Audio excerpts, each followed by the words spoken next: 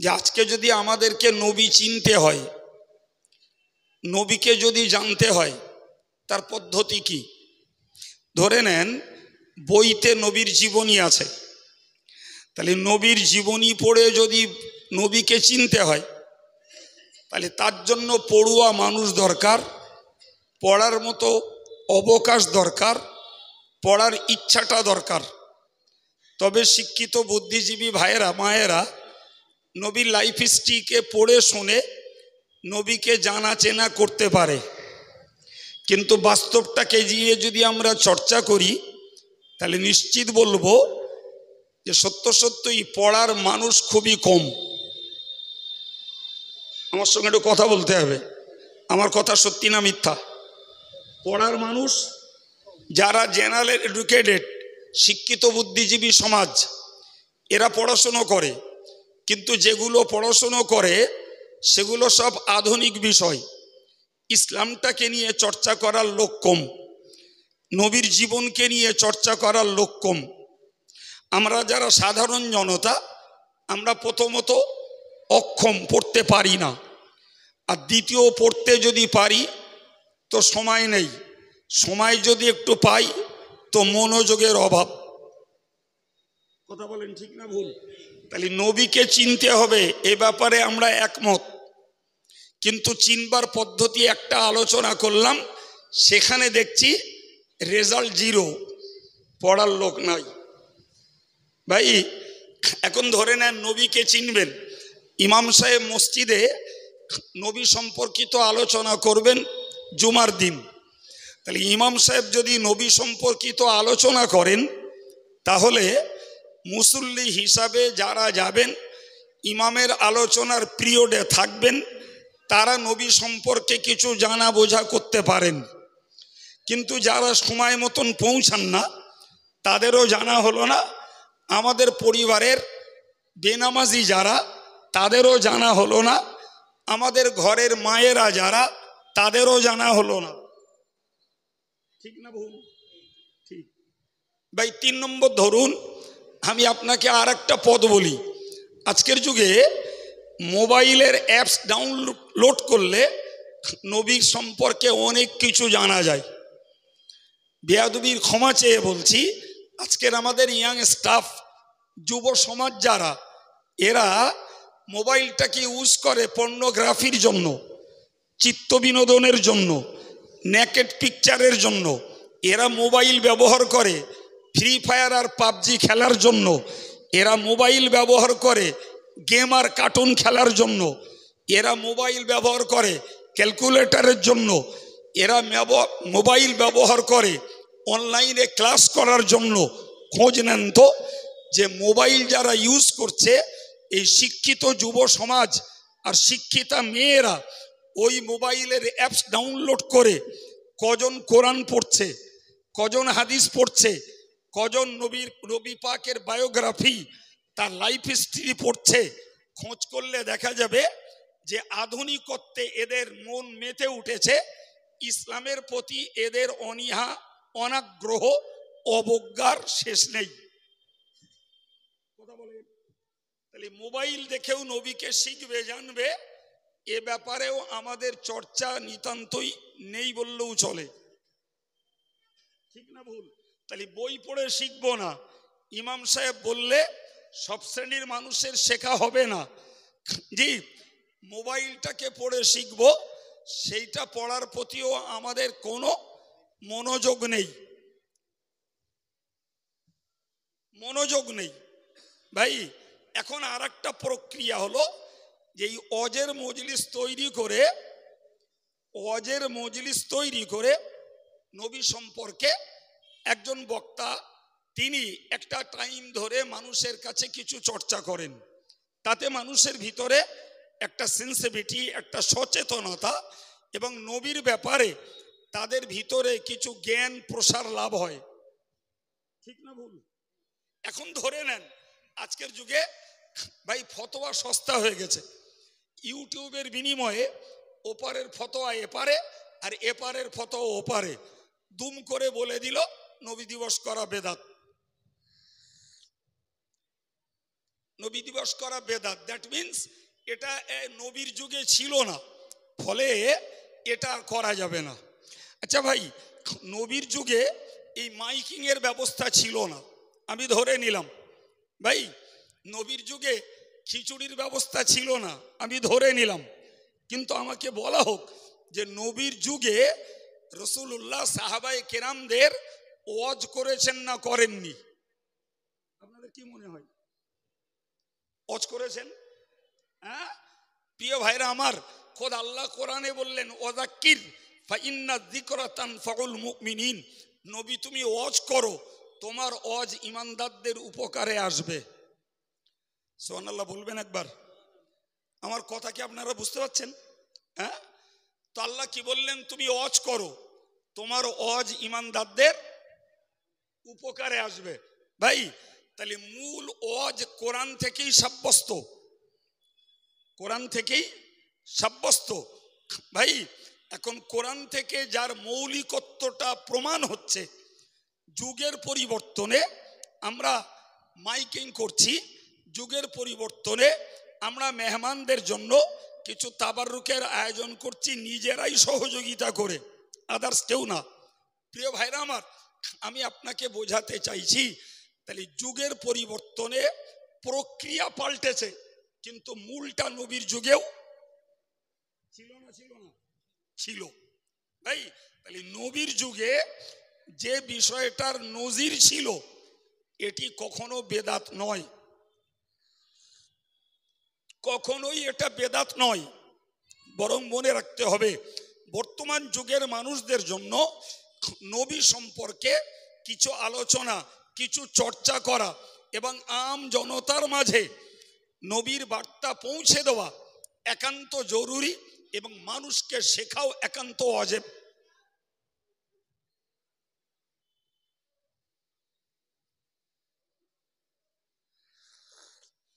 সুতরাং যে কোনো মূল্যে নবীকে জানতে হবে, যে কোনো অবস্থাতেই নবীকে জানতে হবে। নবীকে আপনি কোন প্রক্রিয়াতে জানাবেন? যারা এটাকে বেদাত বলছেন। আমি যদি বলি রাসূলুল্লাহর জমানায় কোরআন ছাড়া আর কোনো কেতাব ছিল না, তাহলে আজকের যুগে কেতাব রচনা করে মানুষের কাছে যদি পৌঁছে দেওয়াও হয়, তাহলে এ পদ্ধতিটাও তো বেদাত, না কি বলবেন? ওটাও তো রাসূলের যুগে ছিল না। ভাই, আজকের যুগে মোবাইলের মাধ্যমে যদি ইসলামটাকে চর্চা করা হয়, নবীর জীবনকে চর্চা করা হয়, তাহলে এই প্রক্রিয়াটাও নবীর যুগে ছিল না। ছিল কি? তাহলে এটাও বেদাত। জি, এখন ইমাম সাহেব যদি মসজিদে নবী দিবস নাম করে কিছু আলাপ আলোচনা করেন, তো ধরে নেন সাহাবায়ে কেরামদের যুগে, ভাই রাসূলুল্লাহর জমানাতে এইরূপ চর্চা ধরুন হয়নি, তাহলে ইমাম সাহেব ও নবী সম্পর্কে কিছু বলতে গেলেও সেটা বেদাত বলে আর একদল ছবল মারবে। তাহলে এই সমাজটাকে, এই সাধারণ নিরীহ ধর্মপরায়ণ ইমানদার মুসলমানদেরকে নবীর বিষয়ে জানাবার রাস্তা কি? আমার কথা মাথায় ঢুকছে কিছু? জানবার রাস্তা কি? ভাই, এখন যদি মনে হয় যে না, নবীর সম্পর্কে জানবার প্রয়োজন নেই, তাহলে বুঝতে হবে এরা নবীর আর এক দুশ্মন, এরা নবীর আর এক দুশ্মন। নবীকে চিনতে যারা সুযোগ করে দেয় না, প্রক্রিয়া যদি কোনো শরীয়ত বিরোধী হয় সেটা ত্যাগ করা যেতে পারে, কিন্তু মৌলিক বিষয়টা কখনো ছেড়ে দিয়ে নবীর ব্যাপারে দিনদার ইমানদারকে অন্ধকারে রাখা, এটা কখনোই সমীচীন নয়। ঠিক না ভুল? ভাই, আমি আপনাকে এবার একটা দুটো তথ্য বলি, খুব ভালো করে বুঝুন। রাসূল করিম সাল্লাল্লাহু আলাইহি ওয়াসাল্লামের ব্যাপারে মহান আল্লাহ নিজে বললেন, লাকাদ জাআকুম রাসূলুম মিন আনফুসিকুম। আল্লাহ মানুষকে লক্ষ্য করে বললেন, তোমাদের স্বজাতির মধ্য থেকে তোমাদের কাছে একজন রসুল এসেছে, বা একজন রসুল পৌঁছেছে, বা একজন রসুলকে আমি আল্লাহ পাঠিয়েছি। সুবহানাল্লাহ বলে। তাহলে এই আয়াত থেকে প্রমাণিত হয় রাসূলুল্লাহর আগমন বার্তা খোদ আল্লাহ কোরআন পাকে ব্যক্ত করেছেন। এখন যদি আমরা রাসূলের আগমন বার্তা ভাই ভাই বসে আলোচনা করি, তাহলে এটা বেদাত হওয়ার কি আছে? হযরত নবী ঈসা বলেছিলেন জি ওয়াসালামুন আলাইয়া ইয়াউমা উলিদতু ওয়া ইয়াউমা আমুতু ওয়া ইয়াউমা উবআসু হাইয়া। হযরত নবী ঈসা বললেন আমি যেদিন জন্ম নিয়েছি, এবং হযরত নবী ঈসা এও বললেন যেদিন আমাকে নবুয়ত দেওয়া হবে এবং আমাকে যেদিন জীবন্ত করে তোলা হবে, এই সর্ব অবস্থাতেই আল্লাহ পাক আমার প্রতি শান্তি নাজিল করেছেন। সুবহানাল্লাহ। এ থেকে বুঝতে পারা যায় নবী ঈসা তার জন্মের কথা মানুষকে অবগত করিয়েছেন। আমি যেদিন জন্ম নিয়েছি সেদিনও আমার প্রতি আল্লাহর শান্তি বর্ষিত হয়েছে। সম্মানিত ভাইরা আমার নবী সরকার দো আলম সাল্লাল্লাহু আলাইহি ওয়াসাল্লাম তিনি তার নিজস্ব জন্মের কথা বলতে যেয়ে বলেছেন আনা দাওয়াতু আবি ইব্রাহিম, আমি পৃথিবীতে এসেছি এটা আমার পূর্ব পিতা হযরত ইব্রাহিমের দোয়ার ফল। ও বাশারাতু আখি ঈসা ইবনে মারইয়াম, আমি হলাম মরিয়ামের বেটা ঈসার দেওয়া সুসংবাদ। আর অরুইয়াল্লাতী রাআত উম্মি, আমি হলাম ওই স্বপ্ন যে স্বপ্ন আমার মা আমার ব্যাপারে দেখেছিলেন। এই হাদিস থেকে বুঝতে পারা যায় যে আমার নবী নিজেই তার জন্মের কথা বিশ্ববাসীর কাছে ব্যক্ত করেছেন। এই কথাগুলো ধরুন আলেমরা পড়ে জানলেন, আপনাদের পড়া হয় না, জানলেন না। এখন আলেম এসে যদি সেই কথাগুলো সাধারণ মুসলিম ভাইদের কাছে ব্যক্ত করেন, তাহলে এটা বেদাত বলে চিল্লানো মানে একটা ফিতনাবাজি ছাড়া আর কিচ্ছু না। কথা বলেন জি প্রিয় ভাই আমার, আমি আপনাকে এই কথাগুলো শুরুতে বললাম, অবস্থাকে লক্ষ্য করি আপনাদেরকে শোনালাম। মনে রাখবেন, আপনাকে খুব সহজে একটা কথা বুঝিয়ে দিই ভাই। শরীয়তের মসলায় বলা হয়েছে যে বেদাত হলো ইহদাসু মা লাম ইয়াকুন ফি আহাদি রাসূলিল্লাহি সাল্লাল্লাহু আলাইহি ওয়াসাল্লাম। বেদাত বলা হয় ওই জিনিসকে যা রাসূলের জমানায় ছিল না, এর নাম বেদাত। বেদাত শব্দের বাংলা অর্থ হলো নতুন আবিষ্কৃত বিষয়। একদম সোজা বাংলা কথা, নতুন আবিষ্কৃত বিষয়, এর নাম বেদাত। কথা বুঝতে পারছেন জি ভাই? আমাকে এর উপরে কিছু আলোচনা করতে বলা হয়েছে। দুম করে আমি এসব পড়ে শুনে আজ এখানে বলবো বলে মুখস্থ করে আসিনি। এখানে আসার পরে বললেন, আমি তার উপরে দুটো কথা আপনাদেরকে বলছি ভাই।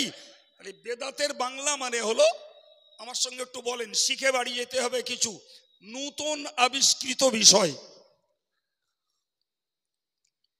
কি বলেছি বাবু? নতুন আবিষ্কৃত বিষয়। শরীয়তের পরিভাষায় একে বলা হয় যে রসুলের জমানায় যা ছিল না এরূপ কাজ করার নাম বেদাত। এখন আপনি নবী দিবস উদযাপন করা, এটাকে যারা বেদাত ভাবছেন, আমি তার জায়গায় তাকে রেখে দিয়ে আমি দুটো একটা কথা আপনাদেরকে বলি ভাই।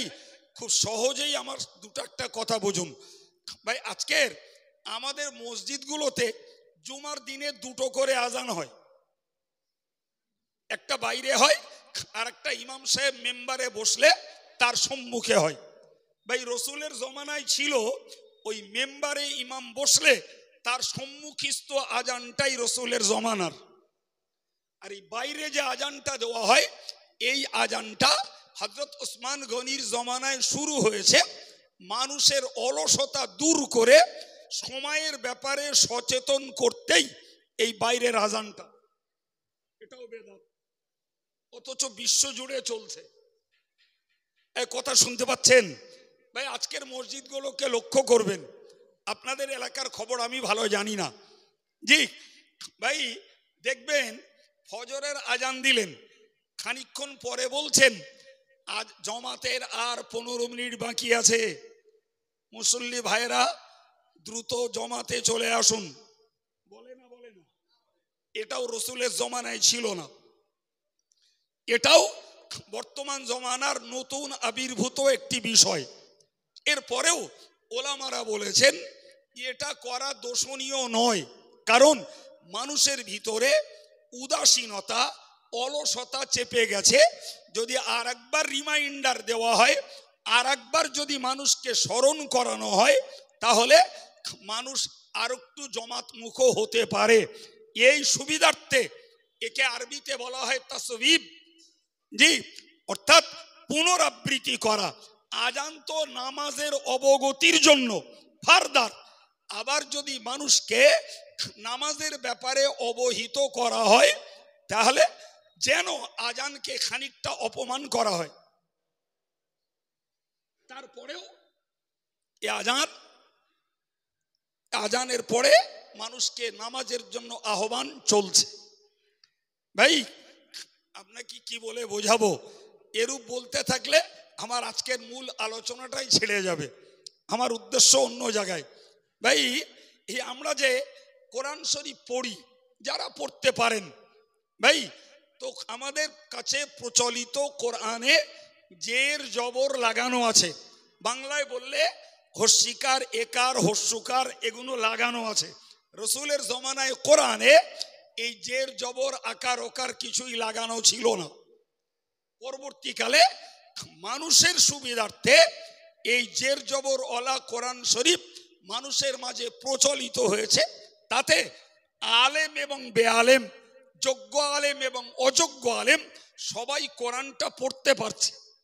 যদি কোরআনটা নেড়া থাকতো, জের জবর ইত্যাদি লাগানো না থাকতো, তাহলে যোগ্য আলেম ছাড়া, ওই একার ওকার ছাড়া কোরআন পড়ার মুরদ অযোগ্য সাধারণ লোক তো দূরের কথা, অযোগ্য আলেমদের দ্বারা তো সম্ভব হতো না।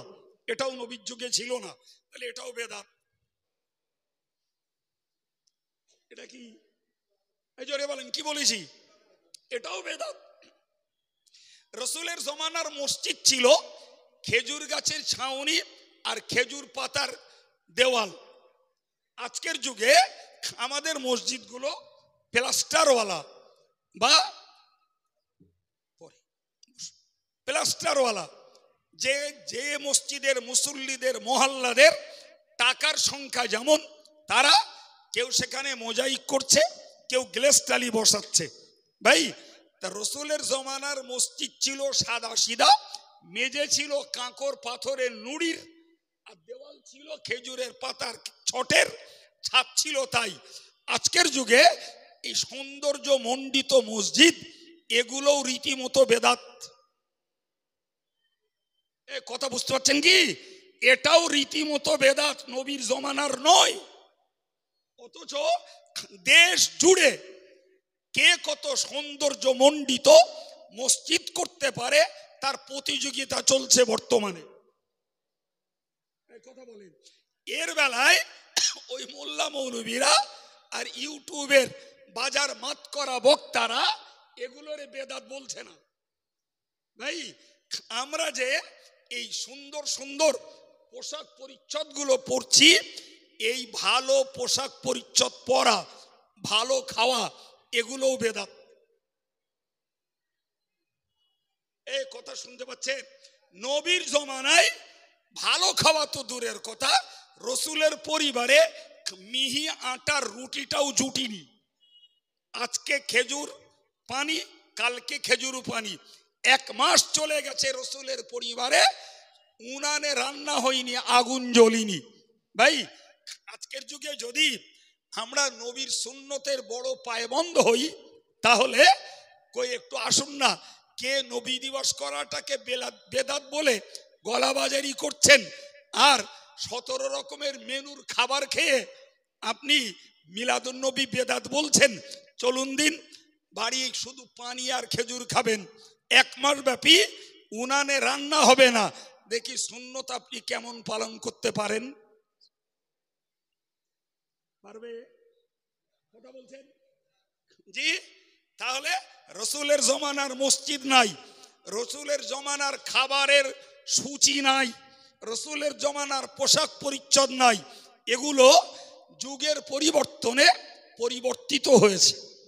মনে রাখতে হবে যে বিষয়গুলির নজির রাসূলের জমানায় ছিল, এই বিষয়গুলির রূপ রং পরিবর্তন হলেও এগুলো শব্দগতভাবে নতুন সৃষ্টি, কিন্তু উপকারের দিক দিয়ে এগুলো উম্মতের জন্য প্রয়োজন। আলেমরা জানেন ভাই, আরবি ব্যাকরণ পড়তে হয়, যাকে নাহু সরফ বলে। দুটি বিষয়, এই নাহু সরফ আরবি ব্যাকরণ বিদ্যা না পড়লে ওই নেড়া আরবি পড়া যায় না। শুনতে পাচ্ছেন? আমরা কোরআন পড়ি, তাতে জের জবর লাগানো আছে, কিন্তু যত উপরের কেতাব পড়া হয় সমস্ত কেতাবগুলো সব এরাব, অর্থাৎ জের জবর আকার ওকার হস্যকার দীর্ঘিকার এসব ছাড়া প্লেন নেড়া আরবি। ওটা পড়তে গেলে নুহু সরফ পড়তে হয়, অর্থাৎ আরবি ব্যাকরণ পড়তে হয়। যারা আরবি ব্যাকরণে কাঁচা তারা ওই বই ঠিক পড়তে পারে না, ভুল পড়ে। আর ওই বইগুলো ভুল পড়লে ভাই মানে উল্টো পাল্টা হয়, ব্যাখ্যা উল্টো পাল্টা হয়। ফলে ওই নুহু সরফ নামীয় আরবি ব্যাকরণটা অবশ্যই আলেমদেরকে পড়তে হয়। জি, আমি একটা উদাহরণ দিয়ে আপনাকে ব্যাপারটা সহজ করে দেই। ভাই কোরআনের একটা আয়াত বলছি, আল্লাহ পাক বলেছেন ও ইযিবতালা ইব্রাহিমা রব্বুহু। এর বাংলা মানে হলো যে ইব্রাহিমের রব ইব্রাহিম আলাইহিস সালামকে পরীক্ষা নিয়েছেন। আর ঠিক এই আয়াতটাই পড়ছি ও ইযিবতালা ইব্রাহিমু রব্বাহু। এর মানে হলো যে ইব্রাহিম তার আল্লাহরে পরীক্ষা নিয়েছে। মানে উল্টে গেছে না যায়নি? সঠিক মানেটা ছিল যে আল্লাহ নবী ইব্রাহিমকে পরীক্ষা নিয়েছেন। তার 80 বছর বয়সে খাতনা করার হুকুম দিয়ে, জীবনে পাওয়া একমাত্র প্রথম সন্তান ইসমাইলকে কোরবানি করার হুকুম দিয়ে, কাবা শরীফ সংস্কারের হুকুম দিয়ে, সেই কাবাতে নামাজের নির্দেশ দিয়ে, হযরত ইব্রাহিমকে দিয়ে আল্লাহ কাবাকে ঝাড়ু দিয়েছেন, কাবা পরিষ্কার করেছেন। এগুলো দিয়ে আল্লাহ পরীক্ষা নিয়েছেন। আর প্রত্যেকটা পরীক্ষাতে নবী ইব্রাহিম গোল্ডেন A+ পাশ করে গেছে। জোরে বলেন। সেই কথাটির মৌলিক কথা আল্লাহ কোরআনে তুলে দিয়েছেন যে ইব্রাহিমের রব, ইব্রাহিমের খোদা ইব্রাহিমকে পরীক্ষা নিয়েছেন। আর যখনই ওই আমি ইব্রাহিমা এই শব্দটার আকারকে আমি যখন পড়বো হস্যকার ইব্রাহিমু, এর মানে হবে ইব্রাহিম আল্লাহর পরীক্ষা নেস। মানে উল্টেছে না উল্টাইনি? এই মানে যদি বুঝতে হয়, এই আকার ওকারের জ্ঞান যদি সঞ্চয় করতে হয়, ওই নুহু সরফ নামীয় আরবি ব্যাকরণ বিদ্যা শিখতে হয়। জি, অথচ এই আরবি ব্যাকরণ বিদ্যা নবীর জমানায় ছিল না, এটা অনেক পরে সৃষ্টি হয়েছে। অতএব এটাও বেদাত। অথচ এই বেদাতটা করা ওলামারা বলেছেন ওয়াজিব। এই বেদাত কাজ যদি মানুষ না করে, কোরআন উল্টো পাল্টা পড়বে, হাদিস উল্টো পাল্টা পড়বে, মানে ব্যাখ্যা, ইমান, আকীদা সবকিছু বিভ্রান্ত এবং বিগড়ে যাবে। তার মানে আমি আপনাদেরকে বোঝাতে চাইছি বাবু, এই বেদাত শব্দটা একদল ফিতনাবাজ লোকেদের শুধু ছড়ানো কথা, ভেঙে চুরে বলে না, দুম করে বেদাত বলে দিল।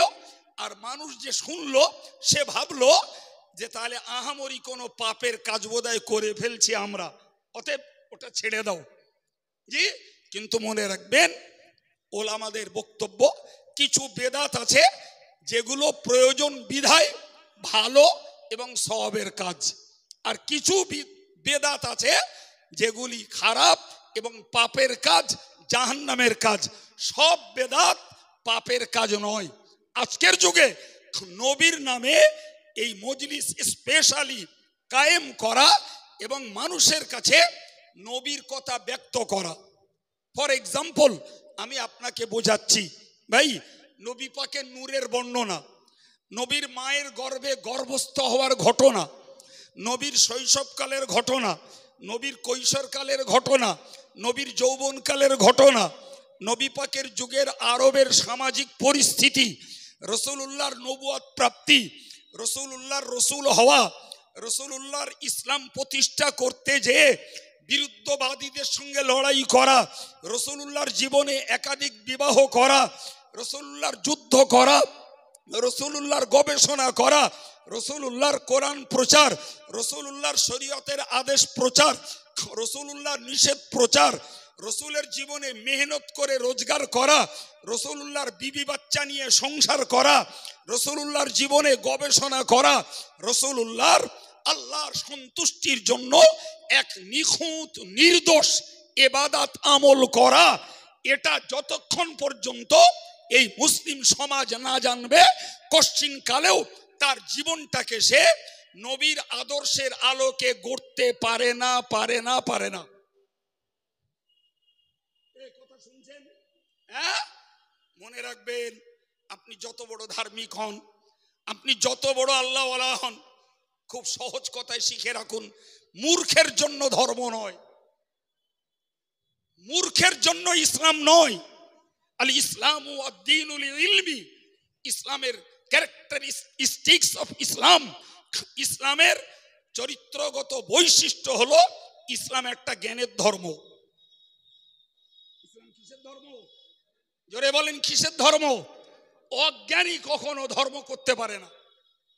ও নামাজের নামে উঠবোস করে, রোজার নামে না খেয়ে শুকায়, হজের নামে বেড়াতে যায়, অভাব কাণ্টক জ্ঞানের। কি বলছি বুঝতে পারছেন না? জি, অভাব জ্ঞানের অভাব। ভাই সুতরাং এই নবীর টোটাল লাইফটাকে আমাদেরকে পাটে পাটে জানতে হবে।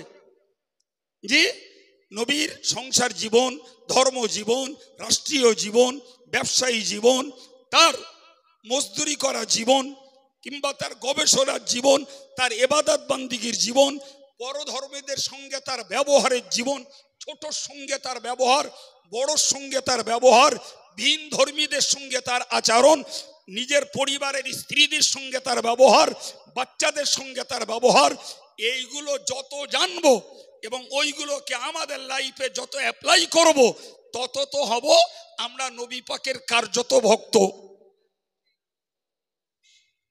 কি বুঝলেন? নবীকে চিনলাম না, জানলাম না, থেপকো কিছু ধর্ম করে মনে করলাম যে আমি বিরাট নবীর ভালোবাসি আর আমি ভীষণ আল্লাহর ভালোবাসি। ভাই এসব শুধুমাত্র সাধারণের কল্পনা, বাস্তবের সঙ্গে কেতাবের সঙ্গে এগুলোর মিল খুব কম। সুতরাং আমি কখনো নবী দিবসের উদ্দেশ্যে এ মজলিসে আলোচনা করিনি। আজকে আমার প্রিয় ভাই মৌলানা রবিউল ইসলাম সাহেব আমাকে ডাকিয়েছেন, সঙ্গে আরো ভাইরাও গেছিলেন। জি, তো আল্লাহ আনিয়েছেন, কথা বলছি। যারা বসেছেন শুকরিয়া আদায় করছি যে আপনারা মনোযোগের সঙ্গে আমার কথাগুলোকে শুনছেন। আর একটু ধৈর্য ধরলে আমি আরো কিছু কথা আপনাদেরকে শোনাতে চেষ্টা করব। প্রিয় ভাইরা আমার, আমি আপনাকে এ পর্যন্ত বুঝিয়েছি নবী দিবস করা শব্দগতভাবে নতুন সৃষ্টি, এটা ঠিক, কিন্তু তাই বলে এটি পাপমূলক বেদাত নয়, বরং আম জনতার কাছে নবীর বার্তা যদি পৌঁছে দিতে হয় তাহলে বর্তমান পিরিয়ড অনুযায়ী এই জাতীয় প্রক্রিয়ার প্রয়োজন আছে। এখন যদি মিলাদ দিলে নাউজুবিল্লাহ কেউ যদি সেখানে শরীয়ত বিরোধী কোনো দোকান দেয়, সেখানে যদি যুবক যুবতীদের আনাগোনা হয়, সেখানে যদি শরীয়ত বিরোধী কোনো খেলনা বিক্রি হয়, ভাই ওটা তো আউটসাইড, ওটা তো আউটসাইড, ওটা পার্শ্ব প্রতিক্রিয়া। ওর জন্য মিলাদ কমিটি কেন দায়ী থাকবে? ওর জন্য আলেম কেন দায়ী থাকবে? আর নিরীহ মানুষগুলো নবী সম্পর্কে জানা থেকে কেন বঞ্চিত থাকবে? আরে যদি মনে হয় সত্যি ওগুলো খারাপ, তো সবাই মিলে চেষ্টা করলে ওগুলো বন্ধ করা যাবে। কিন্তু ভাই সবাই মিলে যখন ধর্ম করে না, তাহলে সবাই মিলে অধর্মটাও বাদ দেবে না। আমার বাংলা কথা মাথায় ঢুকছে? সবাই মিলে যখন ধর্ম করে না, সবাই মিলে অধর্মটাও বাদ দেবে না। হুজুর বলবেন যে এই খেলনার দোকানটা এই নবী শানের মজলিসে দেওয়া যাবে না।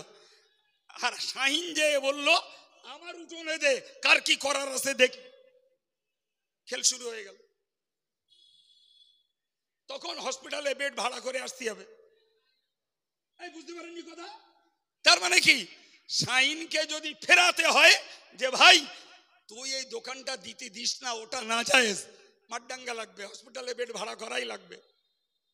মারধর করে হসপিটালে যাই। ফলে ভদ্রতা শান্তি রক্ষার জন্য যদি 5টা মুসলিম শরিয়ত বিরোধী কাজকে সাপোর্ট করে, তখন আর 5 জন লোক শান্তিপ্রিয় মানুষ, ভদ্র মানুষ, ঝগড়ার ভয়ে তারা পিছিয়ে আসে। আর এভাবেই শরিয়ত বিরোধী বাজারগুলো ওয়াজের মজলিসকে কেন্দ্র করে ঘটছে। কথা বুঝতে পারেননি বাবু? ভাই আমি ব্যাপারটাকে সহজে একটা উদাহরণ দিয়ে বোঝাই। এই আমাদের আঙুলে এক প্রকার ফোঁড়া হয়, ওকে ডাক্তারি ভাষায় বলে আঙুল হাড়া। জীবনে শুনেছেন না শোনেননি? এখন কারুর হয়েছে আঙুল হাড়া।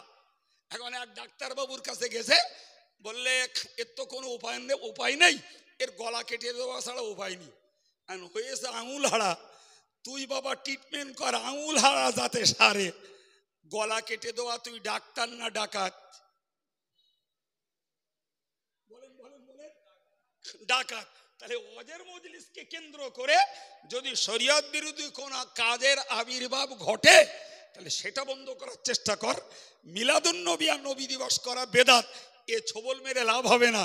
মনে রাখবে এটা মগের মুল্লুক নয়, তুমি যাই বলবে তাই খেটে যাবে। আল্লাহর দয়া জি, তুমি যদি লিক করতে পারো, সারাই করারও যথেষ্ট লোক আছে। আমার বক্তৃতা লাইভ চলছে, আমি অন ক্যামেরায় কথা বলছি। তার মানে দত্তপাড়ার বাজারিস্থ মসজিদের এই ভাইদের কাছে আর নিচে বসা মায়েদের কাছে ওয়াজ করছি না, আমি সারা পৃথিবীর প্রবাসী বাঙালিদের কাছে ওয়াজ করছি। বিশ্বাস করেন, আমার এই ওয়াজ আমেরিকায় বসে বাঙালিরা শুনবে, অস্ট্রেলিয়ায় বসে বাঙালিরা শুনবে, চীনে বসে বাঙালিরা শুনবে। শুধুমাত্র আমি আমার সম্মুখস্থ শ্রোতাদের কাছে কথা বলছি না, সারা পৃথিবীর স্বদেশী আর প্রবাসী বাঙালিদের কাছে কথা বলছি। বলে তুমি ওখান থেকে ঢিল মারলি, যদি এখানে আসে আমি এ ঢিল মারবো, ঠিক তোমার ওখান চলে যাবে। যাবে না যাবে না, এ যন্ত্র নিয়ে চলে যাবে। তুমি ঢাকায় বসে মাদানি হবা, পিস টিভির বক্তা হবা, আর ওখান থেকে ঢিল ছিঁড়ে দেবা, আমি এখান থেকে পাটকেল ছুড়বো, ঠিক তোমার কাছে গিয়ে লাগবে। এই কথা বুঝতে পারছেন না প্রিয় ভাইরা আমার? সুতরাং আমি আপনাকে বোঝাতে চাইছি যে শরীয়তের মূল যে কাজ সেটা আমাদের করা লাগবে। আনুষঙ্গিক যদি কোনো এফেক্টেড হয়, সেটা যদি দূষিত কিছু হয়ে পড়ে, সেটাকে প্রতিরোধ করার চেষ্টা করতে হবে। কথা বুঝতে পারেননি? জি হ্যাঁ প্রিয় ভাইরা আমার, তো আমি বিশ্বাস করুন এই কথাগুলো আমাকে আজকের এখানে এসে বলতে হবে। আমি এ হিসাব কষেও আসিনি, এ অঙ্ক আমার কষা ছিল না জি, তবুও আমার কানে এমন কিছু কথা ফেলা হয়েছে যেগুলোর জবাবি হিসাবে আমি এই কথাগুলো আপনাদেরকে বললাম। আল্লাহ যদি বুঝ দেন, মনে রাখার তৌফিক দেন, তাহলে এরপরে যদি কেউ কানের কাছে ফিসফিস করে, জি কেউ বলতে পারে যে যদি নবীর জন্মদিন পালন করা যায়, তা আমি আমার ছেলের জন্মদিন পালন করব। ভাই দেশীয় বাংলা কথাই বলতে হয়, কোথায় চাঁদ আর কোথায় পোঁত। তোমার ছেলের জন্মদিবস পালন করবা, তুমি কোথায় পেয়েছো? মুসলমানদেরকে নবীর জন্মদিন পালন করার অর্থ আমি আগে বলেছি, নবীর সিরাত সুরাত এবং নবীর কার্যাবলী, নবীর আদর্শ, নবীর জীবন চরিত্র, নবীর ধর্ম প্রচার, নবী পাকের ইবাদত আমল, বিরুদ্ধবাদী শত্রুদের সঙ্গে নবীর যুদ্ধ বিগ্রহ, এগুলো তো মুসলিম জাতির জন্য জানা আবশ্যক। তোমার ছেলের জন্মদিন পালন করা কার দরকার? হ্যাঁ, তুমি যদি মনে করো যে নবীর জন্মদিন পালন করব, ও তো খ্রিস্টানদের কেক কাটা, জন্মদিনের কেক, তাহলে ওটা শরীয়তের বিধান নয়, ওটা খ্রিস্টানি তরিকা। যে কারণে কোন মুসলমান তার নিজের বাচ্চার জন্য জন্মদিন পালন করতে পারে না। নবীর জন্মদিন, নবীর জন্ম যেদিন হয়েছে সেদিন করতে হবে এমন বিধান নয়, রবিউল আউয়াল মাসেই করতে হবে এমন বিধান নয়। মুসলিম জাতি সারা বছর ধরে যে কোনো সময় নবী সম্পর্কে জ্ঞান চর্চার মজলিস করে নবীকে জানা বোঝা করা একান্ত প্রয়োজন। কথা বুঝতে পারেননি? হ্যাঁ, এটা জরুরি নয় রবিউল আউয়াল মাসেই করতে হবে, নবীর ভূমিষ্ঠের দিনেই করতে হবে, এমন কোনো বিধান শরীয়তে নেই। হয়তো মানুষ চেষ্টা করে একটা আবেগ যে এই মাসে জন্মেছিল, এই মাসে করতে পারলে একটা মানসিক তৃপ্তি, কিংবা আজকে রাসূল ভূমিষ্ঠ হয়েছিলেন তো সেই দিন করতে পারলে একটু আরো বেশি তৃপ্তি। যে আমাদের গোটা বাঙালি সমাজে সারা বছর ধরে নবীর স্মরণের সভা হয়। যাই হোক, আপনারা জ্ঞানী মানুষ, অশোনা মানুষ, জি আমি আপনাদের জ্ঞানের কাছে আমার অযোগ্যতার অজ্ঞানতার কিছু কথা শেয়ার করলাম, যে বাকিটুকু এটাকে ক্যাচ করার, ধরার এবং ধরে রাখার দায়িত্ব আপনাদের। একবার দুরূদ শরীফ আল্লাহুম্মা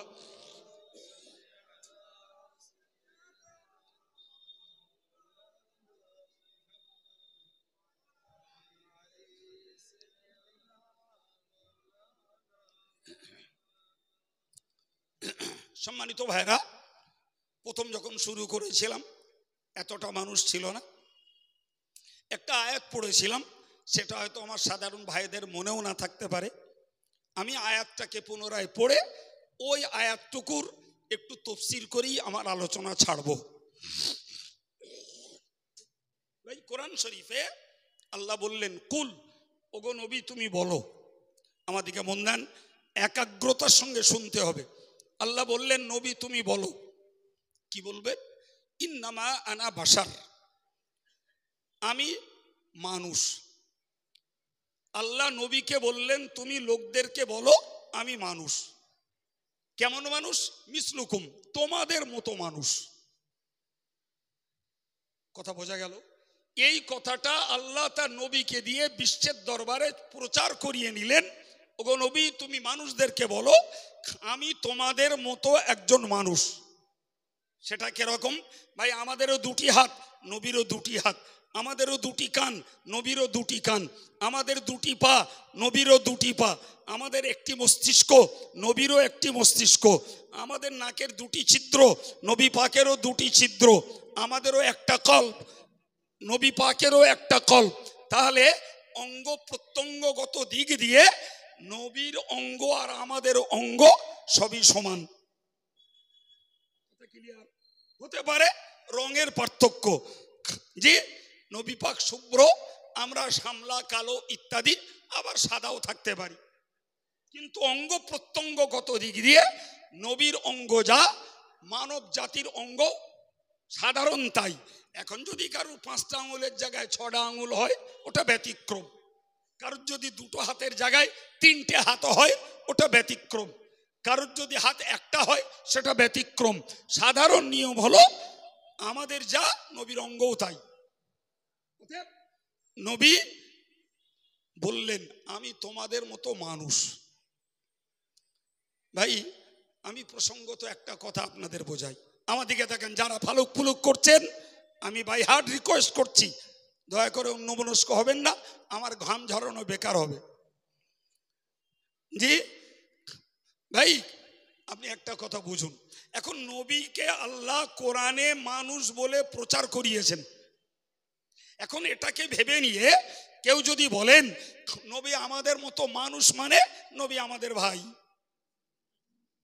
কেউ যদি মনে করেন খুব বড় জোর নবী আমাদের বড় ভাই, ভাই এটা কি কখনো যুক্তিসঙ্গত? এখন যারা নবীকে ভাই বলছেন, ধরে নেন ভাই কি সূত্রে? না, নবী মানুষ আমরা মানুষ, নবী মানুষ আমরা মানুষ, তাই নবী আমাদের ভাই। আচ্ছা আমি যদি ঘুরিয়ে বলি বেয়াদবি নেন না বাবা, জি একটা ছাত্র স্কুলে পড়ে, তাহলে যে মাস্টার মশাই তাকে পড়ায় তো সেও মানুষ, আর যে ছাত্র পড়ে সেও মানুষ। কালকে স্যার পড়িয়ে গেছে, ছাত্রটা আজকে স্কুলে যেয়ে বলছে ও ভাই কালকে সেই পড়িয়ে দিলে সে আমার ভুল হয়ে গেছে, আজকে আবার একটু বলে দাও। এতে মাস্টারের সম্মান হানি হবে না তো? বলেন বলেন। তাহলে তুমি ভাই একটা মাস্টার, তোমার জ্ঞান বেশি, তোমার যোগ্যতা বেশি, তুমি টিচ দিতে পারো, শিক্ষা দিতে পারো, এতেই যদি ছাত্র তোমারে ভাই বলে তাতে যদি মান সম্মান যায়, জি সুপারম্যান অফ দ্য ওয়ার্ল্ড হযরত মুহাম্মদুর রাসূলুল্লাহ সাল্লাল্লাহু আলাইহি ওয়াসাল্লাম সারা পৃথিবীর সর্বশ্রেষ্ঠ সর্বোচ্চ ব্যক্তিত্ব হলেন আব্দুল্লাহর বেটা আমিনার গর্ভস্থ লাল মুহাম্মদুর রাসূলুল্লাহ, সারা পৃথিবীর শ্রেষ্ঠ ব্যক্তিত্ব, তুমি তাকে ভাই বলে সম্বোধন করো কোন বিবেকে? বলেন বলেন ভাই। যাকে যা অনেক দূরের কথা বলেছি মাস্টার মশাই। আচ্ছা তুমিও মানুষ, তোমার বাপও মানুষ।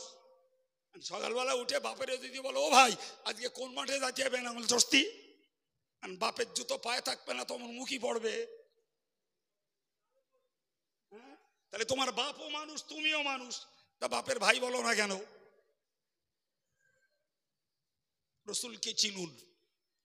জি আমি একটা আপনাদের হাতে নাতে একটা উদাহরণ দেই ভাই। আমাদের সামনে এই টিউবলাইট জ্বলছে, আর টিউবলাইটটা খুঁটিতে বাঁধা। তা আমি আপনাদেরকে বললাম টিউবলাইটটা খুঁটির মতো। আমার কথাটা ভুল না ঠিক? নানামুনি নানামতকে কি বলবেন, সময় নষ্ট করব না, সোজা সাপটা বলছি। আমার এই কথাটা দুদিক দিয়ে সত্য। খুঁটিটাও গোলার্ধ গোল, টিউবলাইটটাও গোল। খুঁটিটাও উপরের দিকে লম্বা, টিউবলাইটটাও উপরের দিকে লম্বা। অতএব এই দুটো দিক দিয়ে খুঁটির সঙ্গে টিউবলাইটের মিল আছে, আছে না নাই? অতএব আমার কথাটা সত্য, মিথ্যা নয়। যে খুঁটিটা টিউবলাইটের মতো কিংবা টিউবলাইটটা খুঁটির মতো, এ কথা আপনি 100% মিথ্যা বলতে পারবেন না। জি এখন যদি এই কথা শুনে কোনো বোকা, সে যদি এই খুঁটিতে ড্রিল করে ওতে যদি ইলেকট্রিক তার গোজে তো খুঁটি জ্বলবে নাকি? আর কেউ যদি টিউবলাইট পুঁতে ওর ওপরে প্যান্ডেল তোলে, তা টিউবলাইট কি প্যান্ডেলের বোঝা টানবে? এ মাথা মোটাদের এই না শুনলে কি করে বুঝবে তারা? জি আল্লাহ বললেন নবী তুমি বলো আমি তোমাদের মতো মানুষ। এখন ওই ভেবে যদি নবীকে আমরা ভাই বলি বা বড় ভাই বলি, তাহলে ওই খুঁটিতে ইলেকট্রিক তার দিয়ে জ্বালানোর মতন বুদ্ধি হবে না? নবী মানুষ, আমরা মানুষ, কিন্তু মনে রাখতে হবে ভাই নবী মানুষ, আমরা মানুষ। আমরা জাহান্নামে যাওয়ার জন্য প্রস্তুত মানুষ, আর নবী জাহান্নাম থেকে মুক্ত করে জান্নাতে নিয়ে যাওয়ার মানুষ। সুবহানাল্লাহ বাড়িয়ে বলবেন না খিচড়ি খেয়ে বলবেন? তাহলে খাইয়ে দিয়ে একটু বসে নেই আমি। আপনারা সুবহানাল্লাহ বলতেছেন মনে হচ্ছে ডেঙ্গুতে উঠে। একটু মন খুলে বলেন সুবহানাল্লাহ। আচ্ছা আমার এই কথাটা শেষে যেটা বললাম সত্য কিনা? নবী এসেছেন উম্মতকে জাহান্নাম থেকে বাঁচিয়ে জান্নাতের রাস্তা দেখাতে, আর আমরা জাহান্নামে যাওয়ার জন্য লুটোপুটি খাচ্ছি, ঠিক না বলুন? জি শিরক করে, বেদাত করে, হারাম করে, হত্যা করে, মদ খেয়ে, জুয়া খেলিয়ে, তাস পিটিয়ে, চিটফান্ডের ব্যবসা করে, নারী নির্যাতন করে, আমরা ভ্রূণ হত্যা করে জাহান্নামে যাওয়ার জন্য 1400 বছর আগের লোক যেমন ছিল, আজকের যুগেও মুসলিম কমিউনিটির ভিতরে এ অপরাধী কম হয়নি, আজও আছে। আরে নন মুসলিমের কথা ছাড়ুন, তারা আল্লাহকে জানে না, নবীকে জানে না, জান্নাতে বিশ্বাসী নয়, জাহান্নামে বিশ্বাসী নয়, তাদের নিয়ে আমাদের টেনশন ফিল করে লাভ নাই। কিন্তু আমার মুসলিম কমিউনিটির ছেলেরা কলেমার ঘরে জন্ম নিয়ে ভাই এরা যে 1400 বছর পূর্বের চরিত্র আজও ধরে রেখেছে, তাহলে এদের মুসলমানিত্বের দাবি করার সার্থকতা কি বাবা? 1400 বছর আগে মদ ছিল, আজও মদ আছে। সেদিন সুদ ছিল, আজও আছে। সেদিন গান ছিল মুখে মুখে, আজের গান পকেটে পকেটে ঘুরছে। সেদিন নারী নির্যাতন ছিল, আজও চলছে। সেদিন নারীর বেপর্দা ছিল, আজও বেপর্দা আছে। ভাই ও সময়কার লোকেরা বোকা ছিল, তাই ছিনতাই করতো জি। আর আজকের যুগের লোক চালাক, এরা সবাই মিলে টাকা রেখে আসে ব্যাংকে, এরা ব্যাংকের টেনে চলে যায়। কথা ঠিক না ভুল? সে যুগের থেকে এই যুগে সহজ হয়ে গেছে না জি। ও যুগের লোক বোকা ছিল, তাই বিনা লাইসেন্সে মদ খেত। আর এ যুগের লোক শিক্ষিত, তাই লাইসেন্স করে মদ খাচ্ছে। কিচ্ছু বলে না, সত্যি না মিথ্যা? হ্যাঁ, ও যুগের লোক পার্সোনালি তারা ব্যভিচারে লিপ্ত হতো। আজকের সরকার লাইসেন্স প্রাপ্ত প্রস্কোয়ার্টার তৈরি হয়েছে, সেখানে চরিত্র ধ্বংস করছে। বলেন বলেন জি। প্রিয় ভাইরা আমার, তাহলে 1400 বছর আগে নবীকে যখন আল্লাহ পাঠিয়েছিলেন, ওই সমাজ ব্যবস্থায় যে পাপগুলো ছিল, সেই পাপ পুরো মাত্রায় আমার সমাজের বিরাট অংশ মানুষের মধ্যে আজও রয়ে গেছে। আছে না নাই? তাহলে এরা শিক্ষিত হয়ে, ভদ্র হয়ে, এয়ারস্ট্রোকে ফান্টা দেওয়া মেয়ামার সাহেব হয়ে এরা লাভটা কি করেছে? হ্যাঁ, কথা বলেন না জি। ভাই এ কথা চার দোকানে না, টেলিভিশনের পর্দায়, এ কথা রাজনীতির মঞ্চে নাকি টিভির আড্ডায়, কোথায় এলি পাওয়া যাবে? কোথাও যাবে? কথা বলে। তাহলে এ কথা শুনতে গেলে এ মজলিসে বসতে হবে। খোঁজ নিয়ে দেখেন এ মজলিসে বসছে কারা? যাদের আল্লাহর প্রতি একটু টান আছে, নবীর প্রতি টান আছে, আলেমদের প্রতি ভক্তি আছে, পরকালের ব্যাপারে যাদের দিলে ভয় আছে, সেই শ্রেণীর মানুষগুলোই এ মজলিসে বসেছে। বাকি আমার সমাজের শিক্ষিত বুদ্ধিজীবী, নেতা মন্ত্রী, সমাজপতি, জনপ্রতিনিধি, এদেরকে সহজে এরকম মজলিসে খুঁজে পাওয়া যাবে না। যাবে, তারা শিখবে কোত্থেকে জি। প্রিয় ভাইরা আমার, আমি কি বলতে বলতে এই জায়গাটায় এসেছি ভালো করে বুঝুন। তাহলে নবী মানুষ, আমরা মানুষ। তাহলে নবী জাহান্নাম থেকে মুক্ত করার মানুষ, আর আমরা জাহান্নামে যাওয়ার মানুষ। সম্মানিত ভাইরা আমার, যে সমাজটাতে ছিল শিরক, বিদআত, সুদ, মদ, নারী নির্যাতন, শিশু বাচ্চা, জীবন্ত মেয়েদেরকে হত্যা করা, এ ছিল যে জাতির পৌরসত্ব। ওই জাতির কাছে নবী বলেছিলেন, ইয়া আইয়ুহান নাস কুলু লা ইলাহা ইল্লাল্লাহ, ও মানুষেরা তোমরা বলো আল্লাহ ছাড়া কোনো উপাস্য নেই। এই কথা বলতে যেই নবী গাল খেলেন, নবী মার খেলেন, নবীকে পাগল বলল, নবীকে জাদুকর বলল, নবীকে চরিত্রহীন বলল, নবীকে মস্তিষ্ক বিকৃত বলল, নবীকে মার দৈহিক অত্যাচার করলো। নামাজরত অবস্থায় নবীকে রশির ফাঁস পরিয়ে দম লাগিয়ে মারবার চেষ্টা করলো। নবী সেজদায় 3 দিনের উটের পচা জোলাম এনে চাপিয়ে নবীকে দম লাগিয়ে মারবার চেষ্টা করলো। নবীকে বন্দি করলো, হত্যার চক্রান্ত করলো, নবীকে দেশান্তর করার ভাত পাতলো। ও ভাই, নবী যদি সেদিন এইটুকু বলতেন যে তোদেরকে জাহান্নাম থেকে বাঁচানোর জন্য আমার এই মেহনত, আর তোরাই আমাকে এই উপহার দিচ্ছিস, যা তোরা জাহান্নামে যাবি যা। দত্তপাড়ায় বসে কলেমা পাওয়া যেত মনে হয়? চিনলে বলেন, চীনে কলেমা পাওয়া যেত, মিয়ানমারে কলেমা পাওয়া যেত, অস্ট্রেলিয়ায় কলেমা পাওয়া যেত, শ্রীলঙ্কায় কলেমা পাওয়া যেত, ইউরোপে কলেমা পাওয়া যেত, আফ্রিকায় কলেমা পাওয়া যেত জি। আমেরিকার মুসলমানদের ফজরের আজানে ঘুম ভাঙে, সঙ্গে অ্যাংলোদেরও ঘুম ভেঙে যায়। সুবহানাল্লাহ বলে। লন্ডনে 25,000 লোকের এক জমাতে নামাজ পড়ার মসজিদ হয়েছে জি, অথচ এ কলেমার প্রচার শুরু হয়েছে মক্কার আমিনার কুঁড়ে ঘর থেকে। আজকের সারা বিশ্ব মিলে তা ছড়িয়ে পড়েছে। সুবহানাল্লাহ।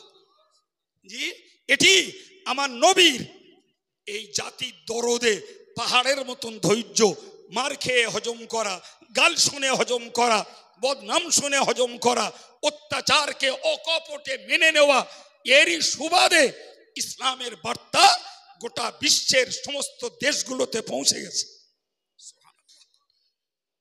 প্রিয় ভাই, আমরা তো সহজে বাড়ি বসে ইসলাম পেয়েছি।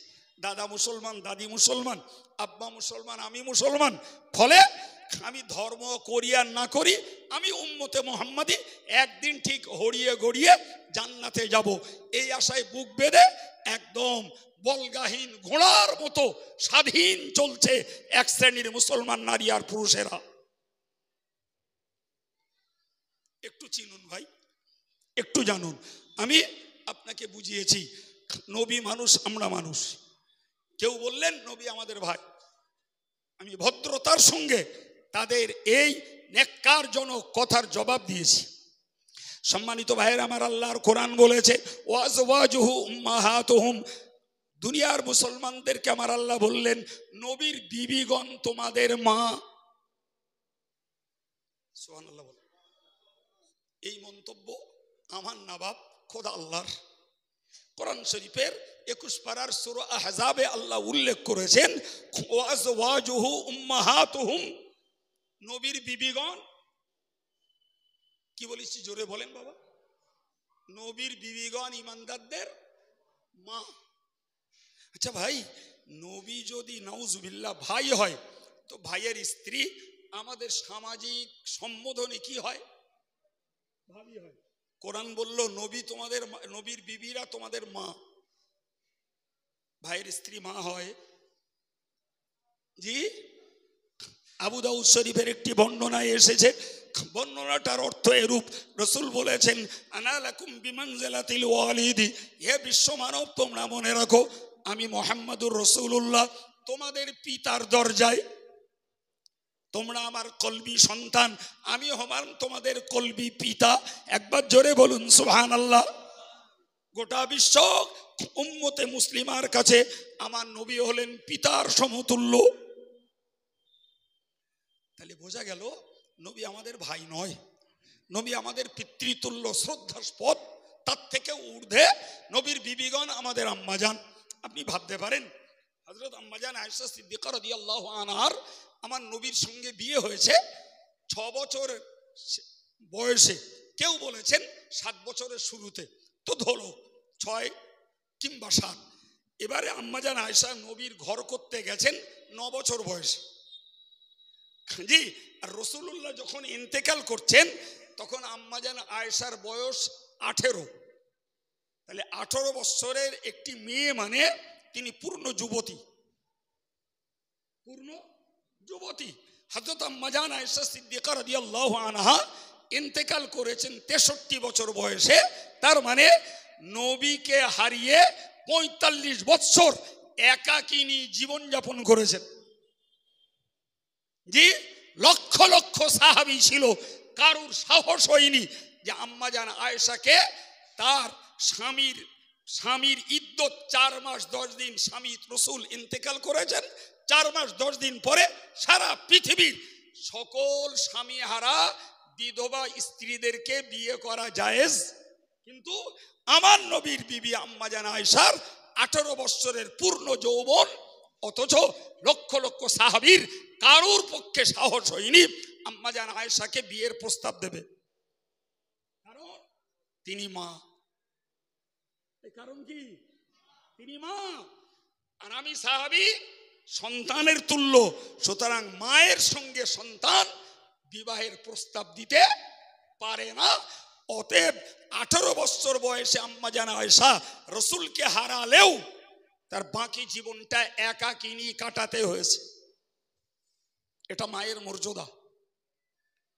প্রিয় ভাই আমার, তো আমি আপনাকে প্রাথমিক কথায় বোঝালাম যে নবী মানুষ আমাদের মতো।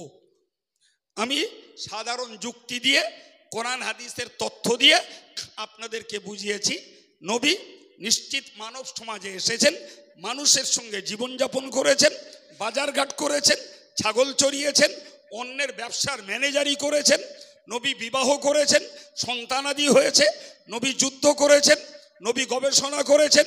ভাই ফলে সাধারণ মানুষের যে অ্যাক্টিভিটিস আমার নবীরও সেগুলো ছিল, ফলে মানুষ এতে সন্দেহ নেই। কিন্তু এই সাদা সিধা কথাটা আল্লাহ কোরআনে বলতে বললেন কেন, এর একটা সুন্দর জবাব নিতে হবে। নবী দিবস মানে বাবু শুধু হাউমাউ করে দুটো কাহিনী শুনে বাড়ি গেলাম, ওতে নবীর প্রকৃত মূল্যায়ন করা যায় না বাপ। যে একটা সুন্দর উত্তর শিখুন। কি বলেছি আপনাদেরকে, আগে প্রশ্নটা বুঝুন যে নবী যে মানুষ আর মানুষের মতনই জীবনযাত্রা করেছেন, তারপরেও এই সাদা সিধা কথাটি আল্লাহ কোরআনে বললেন কেন? প্রিয় ভাইরা আমার, আমি একটা উদাহরণ আপনাকে দিচ্ছি।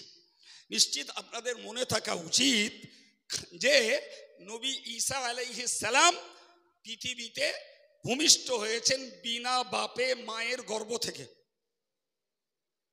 যে মানব প্রজন্মের তিনটে প্রক্রিয়া, একটা প্রক্রিয়া আদম হাওয়া বিনা বাপে বিনা মায়ে, ঠিক না ভুল? নবী ঈসা বিনা বাপে শুধু মায়ের গর্ভ থেকে। আর সারা পৃথিবীর মানব সৃষ্টির প্রক্রিয়া হলো বাপের ঔরস মায়ের গর্ভের মধ্য দিয়ে। আমাদেরও তাই। আমার আল্লাহ কোরআনে বলেছেন ইন্না মাসালা ঈসা ইনদাল্লাহি কামাসালি আদম।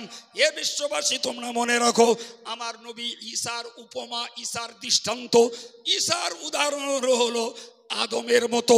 আদমকে আমি আল্লাহ মাটি দ্বারা সৃষ্টি করেছি, এই কঙ্কালটার ভিতরে রূহ দিয়েছি, চোখ দেখতে শুরু করেছে, কান শুনতে শুরু করেছে, জবান কথা বলতে শুরু করেছে, হাত পা নাড়তে শুরু করেছে। এটা ছিল আমি আল্লাহর কুদরতের খেলা। ঠিক ততই বোঝো দুনিয়ার সাধারণ নিয়মের বাইরে আমি আমার নবী ঈসাকে তার বাপ ছাড়া মায়ের গর্ভ থেকেই সৃষ্টি করেছি। সুবহানাল্লাহ বলেন। বিশ্বের অবুঝ মূর্খ অজ্ঞের দল বলল নাউজুবিল্লাহ ঈসা নবী আল্লাহর ছেলে। নাউজুবিল্লাহ বলেননি তো? হ্যাঁ বলবেন না, আমি হ্যান্ডেল মারি তারপর বলবেন। সবাই মিলে বলেন নাউজুবিল্লাহ, আর একটু জোরে বলেন নাউজুবিল্লাহ। এর মানেটা জানুন, মানে হলো এইরূপ কথা বলা থেকে আমরা আল্লাহর কাছে আশ্রয় চাচ্ছি। আমরা জানো এইরূপ না বলি।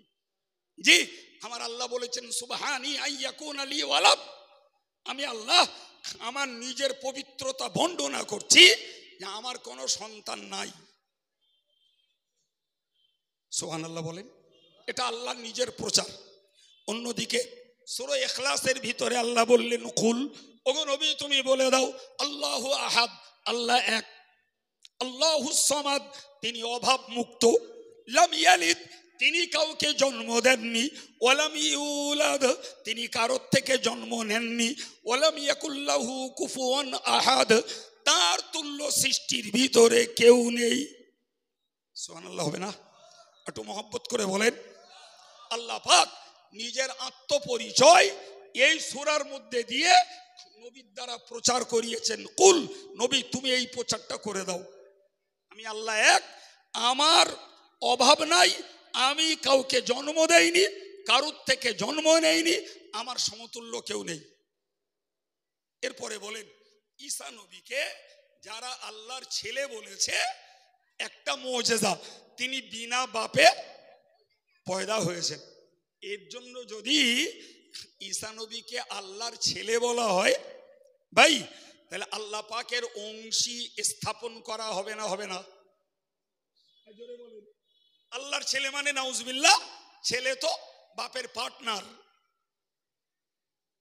নাকি? বাপের বাড়ির ভাগিদার, জমির ভাগিদার, ব্যবসার ভাগিদার,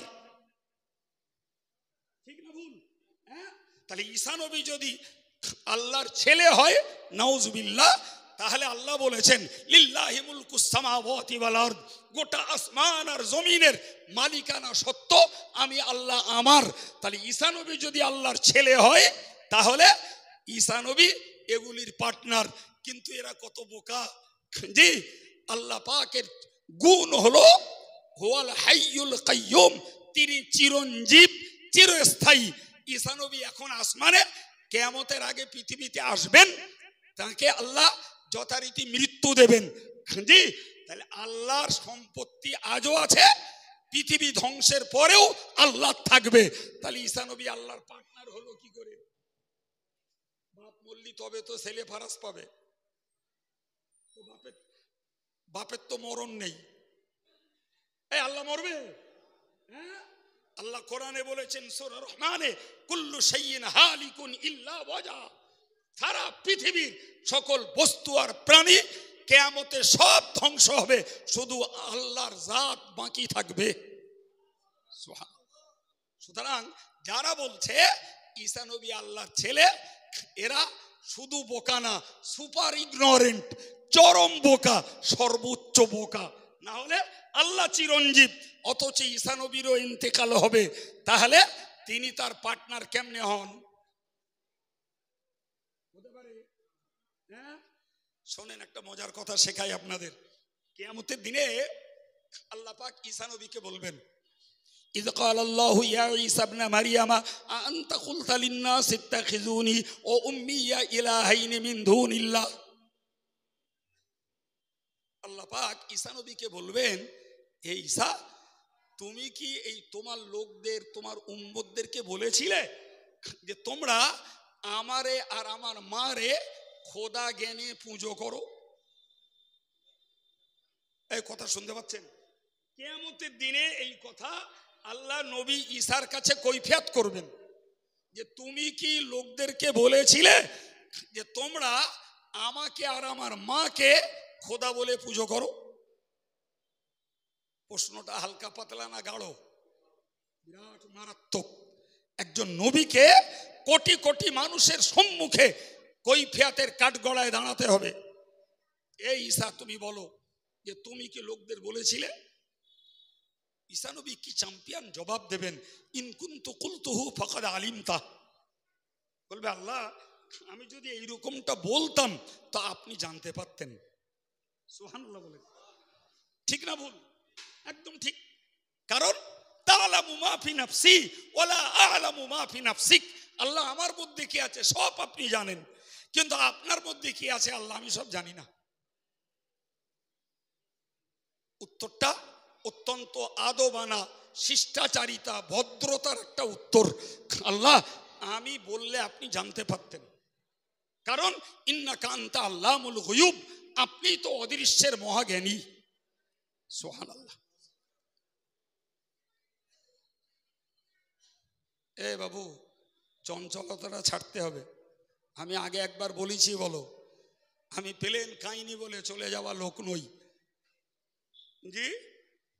মন দেন, কথা শুনুন জি। যদিও হয়তো মনে করবেন যে কি জানি সব তো বুঝতে পারছি না, আর আমি ভাই অযোগ্য লোক, আমার এরকম ছাড়ে বলা ছাড়া আমার যোগ্যতা নেই। ফলে ওই অস্থিরতাটা ত্যাগ করতে হবে।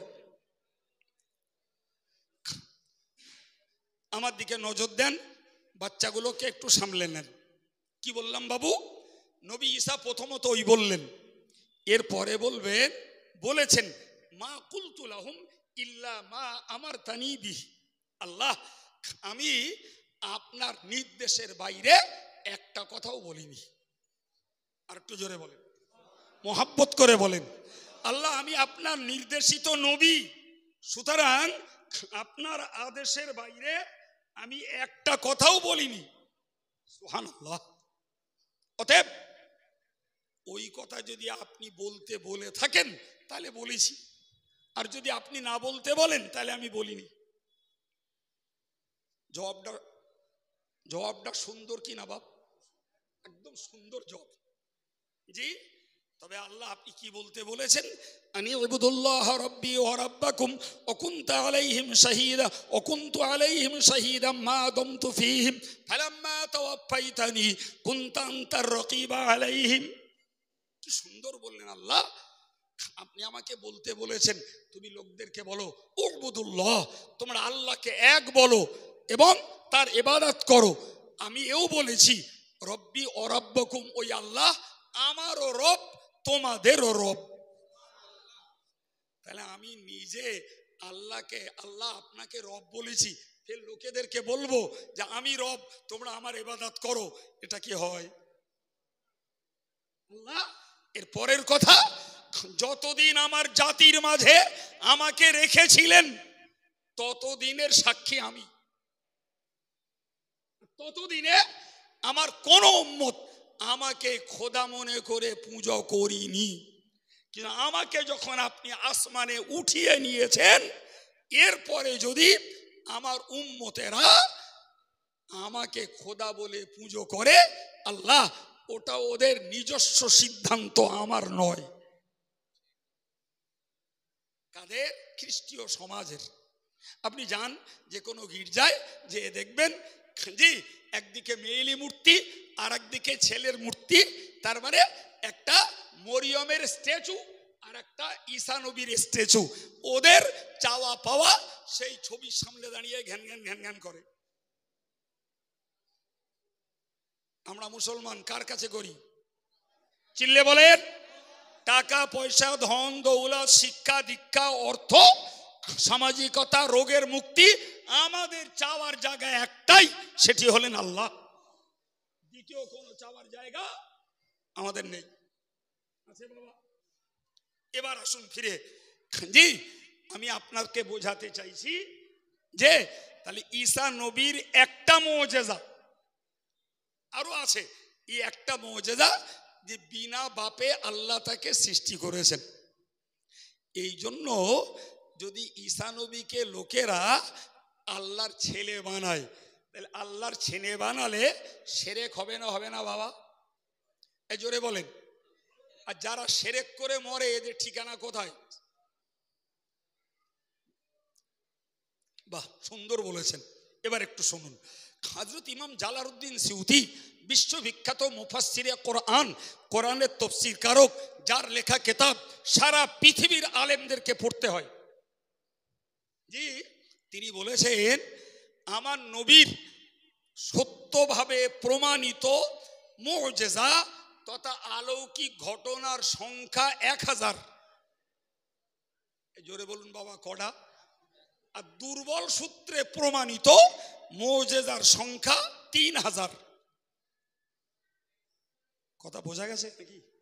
অলৌকিক ঘটনা, যে ঘটনা আল্লাহ নবীদের দ্বারায় ঘটালে তার নাম হয় মুজিজা, আর ওলিদের দ্বারায় ঘটালে তার নাম হয় কারামত।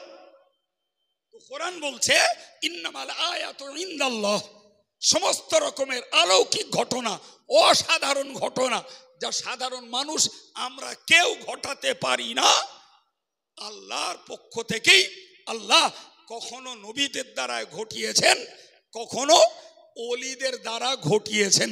ওলিদের দ্বারা ঘটলে তার নাম কি বলেছি বাবা? জোরে বলেন। কারামত। আর নবীদের দ্বারা ঘটলে তার নাম মুজিজা। ফর এক্সাম্পল, আমার নবী মাটিতে দাঁড়িয়ে আঙুল ইশারা করেছেন, চাঁদ দুভাগে ভাগ হয়ে গেছে। পৃথিবীর কেউ পেরেছে? কেউ পারবে? জি না। এর নাম মুজিজা, এর নাম অলৌকিকত্ব, এর নাম অন্যকে অক্ষমকারী, অন্য কেউ করতে পারে না। আল্লাহ যার দ্বারা ঘটায় তার দ্বারাই ঘটে। এখন বক্তব্য হলো ঈসা নবী বিনা বাপে পয়দা হয়েছে, এর জন্য যদি আল্লাহর ছেলে বলে লোকে পুজো করে, আমার নবীর প্রমাণিত মুজিজার সংখ্যা 1000। আর এই নবী শেষ নবী, এই নবী শেষ নবী, এরপরে আর কোন নবী আসেনি। আমার নবী বলেছেন আনা খাতামুন নবিয়্যিন লা নবিয়্যা বাদি, আমি শেষ নবী, আমার পরে কোনো নবী নাই। রাসূল অন্য একটি হাদিসে বলেছেন যে আমার পরে 30 জন লোকের আবির্ভাব হবে। কজন বলেছি বাবু? 30 জন। কুল্লুহুম ইয়াজআমুনা আন্নাহুম নবিয়্যুন, তারা প্রত্যেকেই দাবি করবে যে আমি নবী, আমি আল্লাহ পাকের নবী বলছি কুল্লুহুম কাযযাবুন, তারা প্রত্যেকেই মিথ্যাবাদী, আমি শেষ নবী, আমার পরে কোনো নবী নাই। যারা নবীর পরে নবুয়তের দাবি করেছে এরা সব কি মিথ্যাবাদী। এ চিরিয় যুবকেরা, আমার সম্মানিত ভাইয়েরা, আমার বয়োজ্যেষ্ঠ মুরব্বীরা, আমার পর্দানুসীনা মায়েরা, আমি সকলের কাছে আন্তরিকভাবে নিবেদন রাখবো, আমাদেরকে মনে রাখতে হবে যে আমার নবীকে শুধু বিশ্বাস করলে হবে না, বরং বিশ্বাস করতে হবে আমার নবী শেষ নবী। এটাও ঈমানের অংশ। আমার নবীকে যদি শেষ নবী বলে বিশ্বাস না করা হয়, তারও ঈমান নষ্ট হবে। আমার আল্লাহ পাকের নবী বলেছেন, লাউ কানা বাদি নবিয়ান লাকানা উমারু নবিয়া। ও উম্মতে মুসলিমা, তোমরা মনে রাখো, আমার পরে যদি নবুয়তের রাস্তা খোলা থাকতো, নবুয়তের দরজা যদি খোলা থাকতো, নবী পাঠানোর আল্লাহর যদি ইচ্ছা থাকতো, তাহলে আমার পরে হযরত ওমর ছিলেন নবী হওয়ার উপযুক্ত। কিন্তু নবীর রাস্তা খোলা নাই। নবীর রাস্তাটাতে আল্লাহ নো এন্ট্রি বোর্ড লাগিয়ে দিয়েছেন, আর কোন নবী আসবেন না, অতএব ওমরও নবী নয়। এখন যদি পৃথিবীতে 30 জন নবী দাবি করে, আমার নবী বললেন এরা সব মিথ্যাবাদী। দুর্ভাগ্যবশত আমাদের ভারতেও একটা জন্মেছিল, আমি আর তার নাম ধাম বলে এখন আর আপনাদের মাথা ব্যস্ত করব না। জি, ভারতেও একজন মিথ্যুক নবীর জন্ম হয়েছিল, অর্থাৎ দাবি করেছিল। ভাই, আপনাদেরকে এই প্রসঙ্গে আর একটা তথ্য শোনাই। ইমাম বুখারী তার বুখারী শরীফে উল্লেখ করেছেন, রাসূলুল্লাহর একটা বেটা ইব্রাহিম, কি নাম বলেছি বাবা? ইব্রাহিম। এই বাচ্চাটাকে আল্লাহ শিশুবেলায় মৃত্যু দেন, শিশুবেলায়। তো সেখানে ইমাম বুখারী একটা তথ্য দিয়ে মন্তব্য করেছেন, যদি আল্লাহর আমার নবীর পরে নবী আরো বানানোর ইচ্ছা হতো, তাহলে নবীর বেটাকে আল্লাহ মৃত্যু দিতেন না। এখন নবীর পরে আর নবী বানানোর ইচ্ছা আর নয়। এখন যদি নবীর বেটা ইব্রাহিম বেঁচে থাকে, আবেগ ভরা অজ্ঞ মুসলমানেরা জিন্দাবাদ দিয়ে নবীর বেটারে নবী বানিয়ে ফেলবে। ফেলবে না? ফেলবে না? দেখছেন না আজকের যুগে, জি, যারা প্রকৃত পীর ওলি, তারা কোরআন সুন্নাহর গোলামি করে, তাকওয়া পরহেজগারিতা করে, জীবনটাকে সাধনায় ভরপুর করে তারা পীর হয়েছেন। সেই মানুষগুলো যেই কবরে গেছে, তাদের আওলাদদের মধ্যে এমন অনেক লোক আছে, এই জনগণ জিন্দাবাদ দিয়ে তাদের পীর বানাচ্ছে। সত্যি না মিথ্যা? যোগ্যতার মানদণ্ডে বিচার করে না। জি, ও আওলাদ যখন তো পীর। নবীর ইন্তেকালের পরে নবীর বেটা যদি বেঁচে থাকতেন, জি, আর নবীর ভক্তরা যদি নবীর আওলাদকে নবী বানিয়ে ফেলতো, ইসলাম তছনছ হতো না? হতো না? এই জন্য বুখারী শরীফে উল্লেখ করা হয়েছে যে নবীর পরে কোনো নবী পাঠানোর আল্লাহর ইচ্ছা নয়, যার ফলে নবীর বেটাকে শিশুবেলায় আল্লাহ মৃত্যু দিয়েছেন। আমি কি বলতে যে এত কথা আপনাদের বললাম, আমি বোঝাতে চাইছি, ঈসা নবীর একটি মুজিজা, বিনা বাপে পয়দা হয়েছেন, এতে যদি লোকে ঈসা নবীকে খোদা বলে পুজো করে, আমার নবীর হাজারো মুজিজা, আর এই লোকেরা যদি ওই নবীকে পুজো করা শুরু করে, তাহলে এরপরে আল্লাহ নবী পাঠাবেন না। তাহলে দুনিয়া তো নতুন করে শেষ নবীর পরেও আবার শেরকে ভরে উঠবে। উঠবে না? উঠবে না? উঠবে। আমার আল্লাহ কোরআন শরীফে বলেছেন, লাউলা ফাদলুল্লাহি আলাইকুম ওয়া রাহমাতুহু লাকুনতুম মিনাল খাসিরিন। মহান আল্লাহ বললেন, যদি আমি আল্লাহর করুণা, অর্থাৎ আমি আল্লাহ যদি দয়া করে আমার নবী মুহাম্মদকে তোমাদের মাঝে না পাঠাতাম, তোমরা ধ্বংস হয়ে যেতে।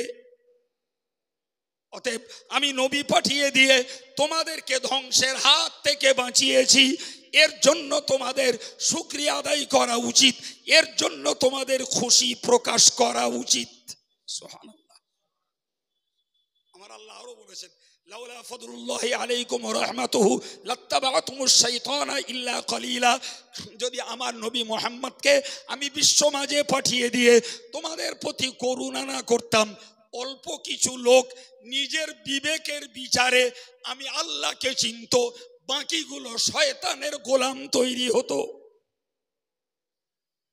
তাহলে নবীকে পাঠিয়ে আমার আল্লাহ আমাদেরকে আল্লাহ চিনতে সুযোগ করে দিয়েছেন, কবরের আযাবের ভয় করতে শিখিয়েছেন, জাহান্নামের প্রতি ঘৃণা আর ভয় তৈরি করে দিয়েছেন, জান্নাতের প্রতি লোভ আর আগ্রহ তৈরি করে দিয়েছেন। আমার নবীর ওসিলাতে আমার আল্লাহ রীতিমতো আরশে হাসরের কঠিন দিনে আরশের নিচে ছায়ায় জায়গা পাওয়ার প্রতি মানুষকে উৎসাহিত করেছেন। প্রিয় ভাই আমার, আর এই কাজগুলো যদি নবীর দ্বারাতে আল্লাহ সম্পন্ন না করতেন, মানুষ স্বভাবত শয়তানের পথের অনুসারী হয়ে পড়ত। এটি আমার আল্লাহর দয়া। আমার বক্তব্য, আমি আজকে আলোচনা শুরু করেছি একটা বিষয়, নবী মানুষ, আমরাও মানুষ, জি, কিন্তু নবীর গুণাগুণ এক আর আমাদের গুণাগুণ। তাহলে আল্লাহ নবীকে মানুষ বলেছেন কেন? শুধু একটি কারণে, যাতে মূর্খ, অজ্ঞ, আবেগী লোকেরা নবীকে খোদার আসনে বসিয়ে পুজো না দেয়। এই জন্য আল্লাহ বললেন, বলো নবী আমি তোমাদের মতো মানুষ, অতএব তোমরা আমাকে নিয়ে আমরি কিছু করতে যেও না, না হলে নবীর গুণের জায়গায় আছে বাপ। জানেন রাসূলুল্লাহ ইন্তেকালের পূর্বে একটা বক্তব্যে বলেছিলেন, লানাল্লাহুল ইয়াহুদা ইত্তাখাযু কুবুর আমবিয়াইহিম মাসাজিদা। আমার আল্লাহ বললেন, আল্লাহ পাক ইহুদি জাতির উপরে লানত দেন, ইহুদি জাতির উপরে আল্লাহ গজব দেন, ইহুদি জাতির উপরে আল্লাহর অভিসম্পদ নাজিল হোক। কেননা ইহুদি জাতি যারা বনি ইসরাইল সম্প্রদায়, এদের মাঝে আল্লাহ সব থেকে বেশি নবী পাঠিয়েছেন, আর এদের নবীগুলো যেই না ইন্তেকাল করেছে, নবীর মাজারগুলোকে ওই মূর্খরা সেজদার জায়গা বানিয়েছে। মসজিদ বাদ দিয়ে মাজারে সেজদা মারতে গেছে। আমার নবী বললেন, আল্লাহ ইহুদিদের উপরে লানত দেন, তারা তাদের নবীদের কবরগুলোকে সেজদার জায়গা বানিয়েছে। নবী তার উম্মতকে নিষেধ করলেন, খবরদার আমার ইন্তেকালের বাদে আমার মাজার মুকদ্দাসকে তোমরা জিয়ারত করো, কিন্তু সেজদা মারতে পারবে না। কারণ আমি নবী পৃথিবীতে শিরক উৎপাটন করতে এসেছি, শিরক ছড়াতে আসিনি।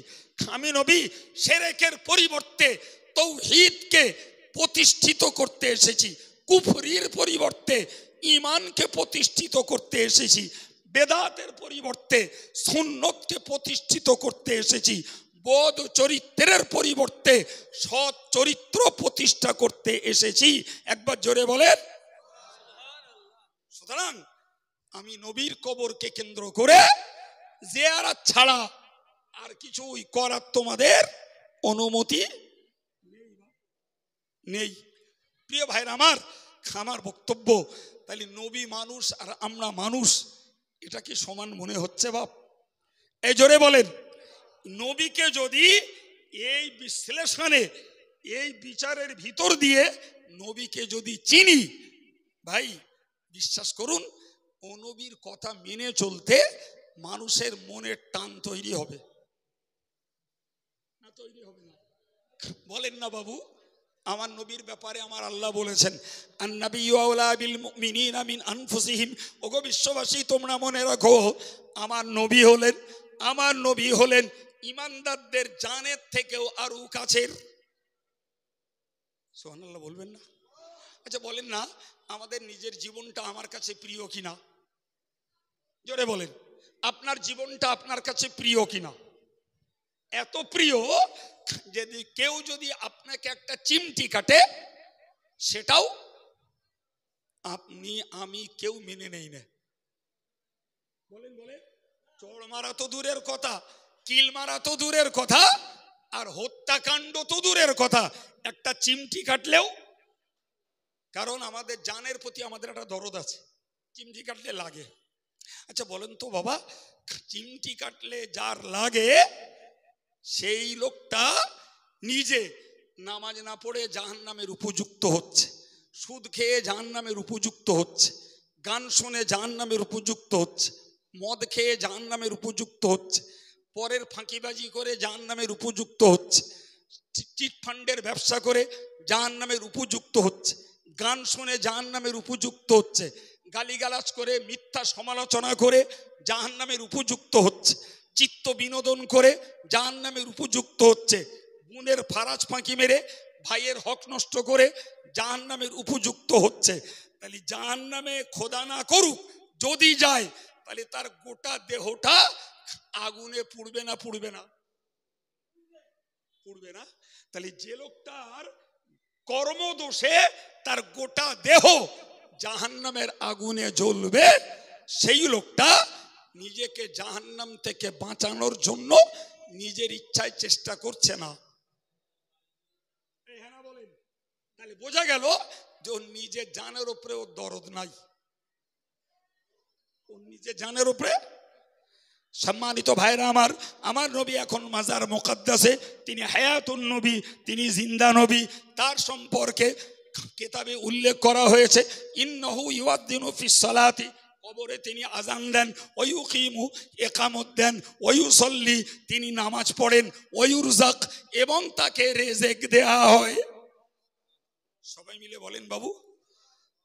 হযরত সাঈদ ইবনুল মুসাইয়্যিব রাদিয়াল্লাহু আনহু একজন বিখ্যাত তাবী, তিনি বলছেন মদিনায় একটা সময়ে যে দুর্বৃত্তদের অত্যাচার চলে, মন দেন, দুর্বৃত্ত অসামাজিক অত্যাচারীদের অত্যাচার মদিনায় চলে, সাহাবায়ে কেরামদেরকে মারে, কবরগুলোকে ভাঙে, এমনকি মসজিদে নববীর আলো বাতি ওই জমানায় যা ছিল সেগুলোকেও তছনছ করে। আচ্ছা, যারা মসজিদে নববীর আলোবাতি ভাঙছে, সাহাবায়ে কেরামদের মাজার ভাঙছে, জি সাহাবায়ে কেরামদের জিন্দা যারা, তাদের প্রতি অত্যাচার চালাচ্ছে, ভাই এরপরে বলতে পারা যায় এরা শান্তিপ্রিয় কোনো মুসলমান? বলেন বলেন তো। ওদের অত্যাচার থেকে জীবন্ত অনেক সাহাবীরা তারা মদিনা ছেড়ে লুকিয়ে চলে গেছে। হযরত সাঈদ ইবনুল মুসাইয়্যিব বলছেন, আমি খুব অসুস্থ, আমার দূরে কোথাও যাওয়ার মতন পরিস্থিতি নেই, আমি কি কর্তব্য বিমূঢ়, কি করব ভেবে না পেয়ে আমি মসজিদে নববীতে গেলাম। তখন দুর্বৃত্তরা অত্যাচার চালাচ্ছে, আমি মসজিদে নববীতে আত্মগোপন করে থাকলাম। জোহরের আজানের নামাজের সময় হলো, আমি তখন ছটফট করছি যে আজকে নবীর মসজিদে আজান হবে না। আমার হাফেজ সাহেব বলছিল না যে রসুলের ঘর আর মেম্বারের মাঝখানে জায়গাটা জান্নাতের টুকরা, যারা ছিলেন তারা শুনছিলেন যে রসুল্লাহ একবার মেম্বার আর একবার রসুলের মাজার, ওই সাঈদ ইবনুল মুসাইয়্যিব একবার রসুলের মেম্বার আর একবার রসুলের মাজার, এই মাঝখানটাতে চলাফেরা করছিলেন। তার মানে সহজ বাংলায় তার ভিতরে একটা চঞ্চলতা, একটা অস্থিরতা, গোদা বাংলায় একটা ছটফটানি, হায় রে হায় আজকে নবীর মসজিদে আজান হবে না।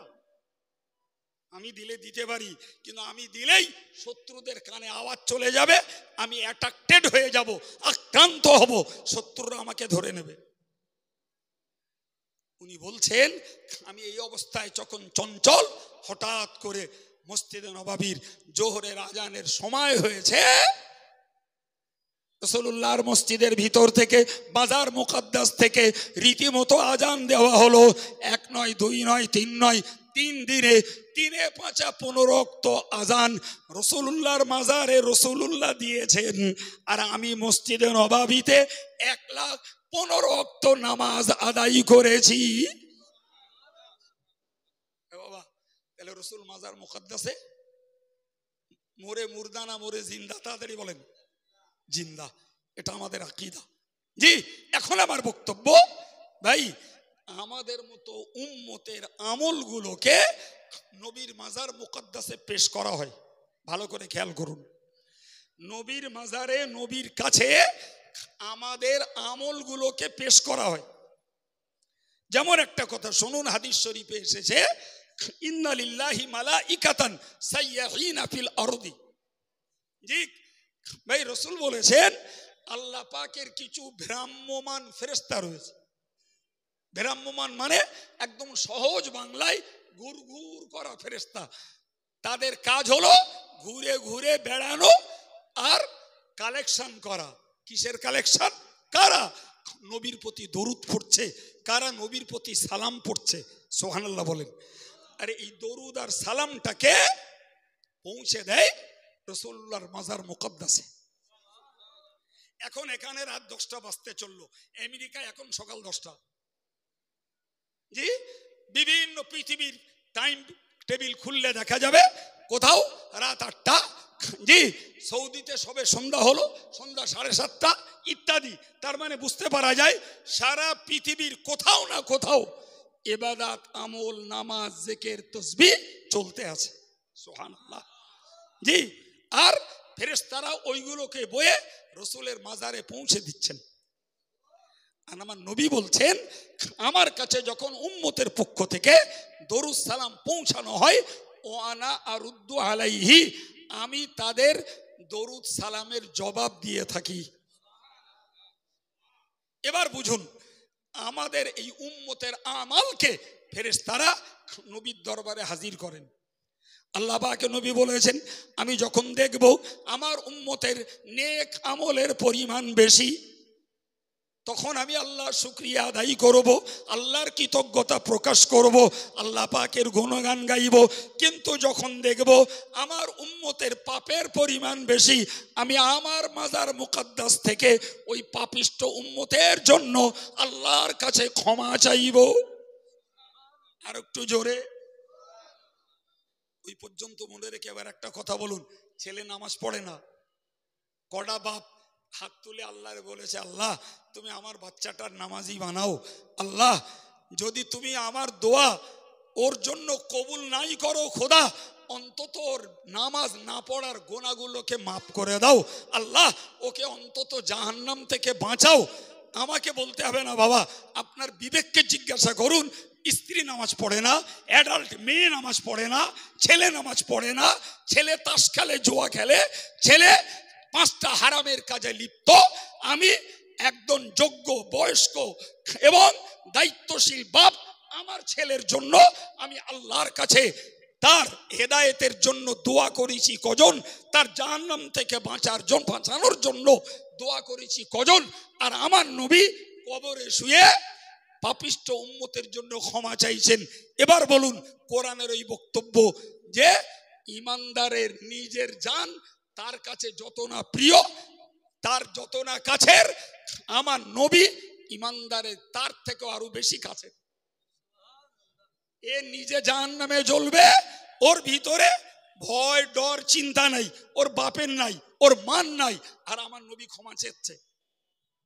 দরদ কার বেশি? জোরে বলেন। তাহলে নবী মানুষ, আমরা মানুষ সমান। হ্যাঁ প্রিয় ভাইরা আমার, আমি বক্তব্য শেষের দিকে নিয়ে যাব। আমি আপনাদেরকে বুঝতে চাইছি, উপলব্ধি করুন। ভাই হাদিস শরীফ এসেছে রাসূলুল্লাহ বলেছেন আউয়ালু মা ইয়াখরুজু আনিল কবরি ওহু আনা। প্রিয় নবী বলছেন যে কিয়ামতের দিনে ইসরাফিলের সিংহা ফুৎকারের পরে কবর থেকে সর্বপ্রথম উঠবো আমি।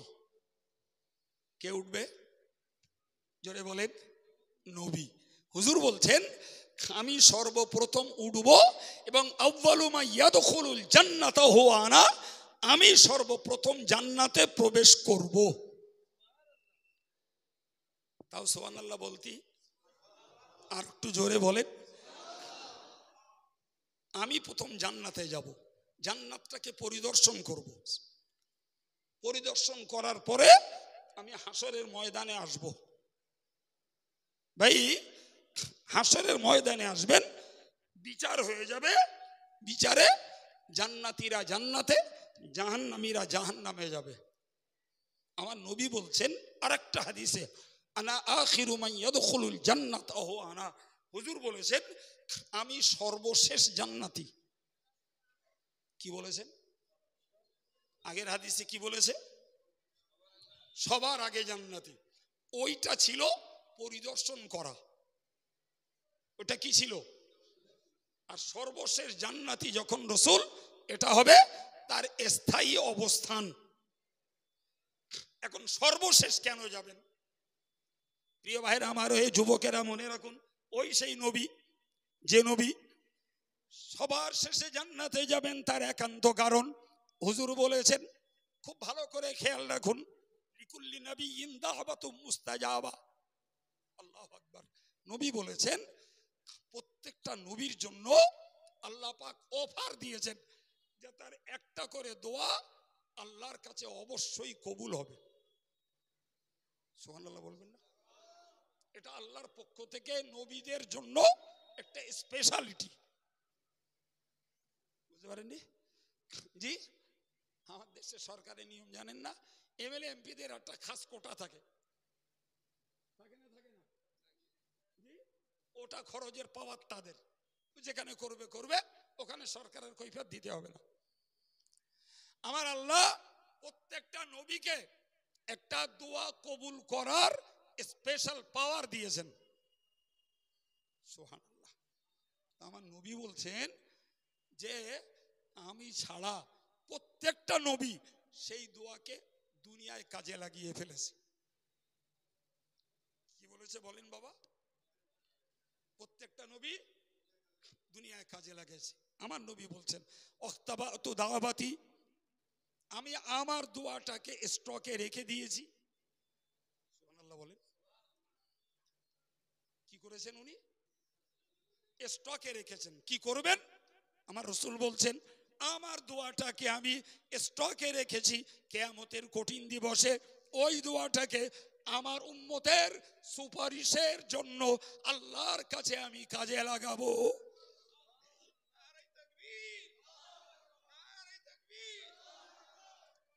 বলেন না বাবা? আমার ভাইরা মায়েরা, কত দুর্ভাগ্যজনক রয়েছে যারা নিজে জাহান্নামে জ্বলবে সে থেকে বাঁচার মতন চিন্তা, চেতনা, ভাবনা এবং অ্যাক্টিভিটিস, কার্যকারিতা তাদের মধ্যে নেই।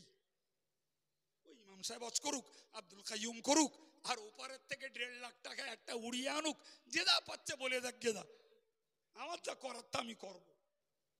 এই এরম নারী পুরুষ আমাদের সমাজে একদল আছে না নাই? তাহলে তার নিজের জান আগুনে দগ্ধীভূত হবে, এ চিন্তা, বাঁচার মতো চিন্তা তার নাই।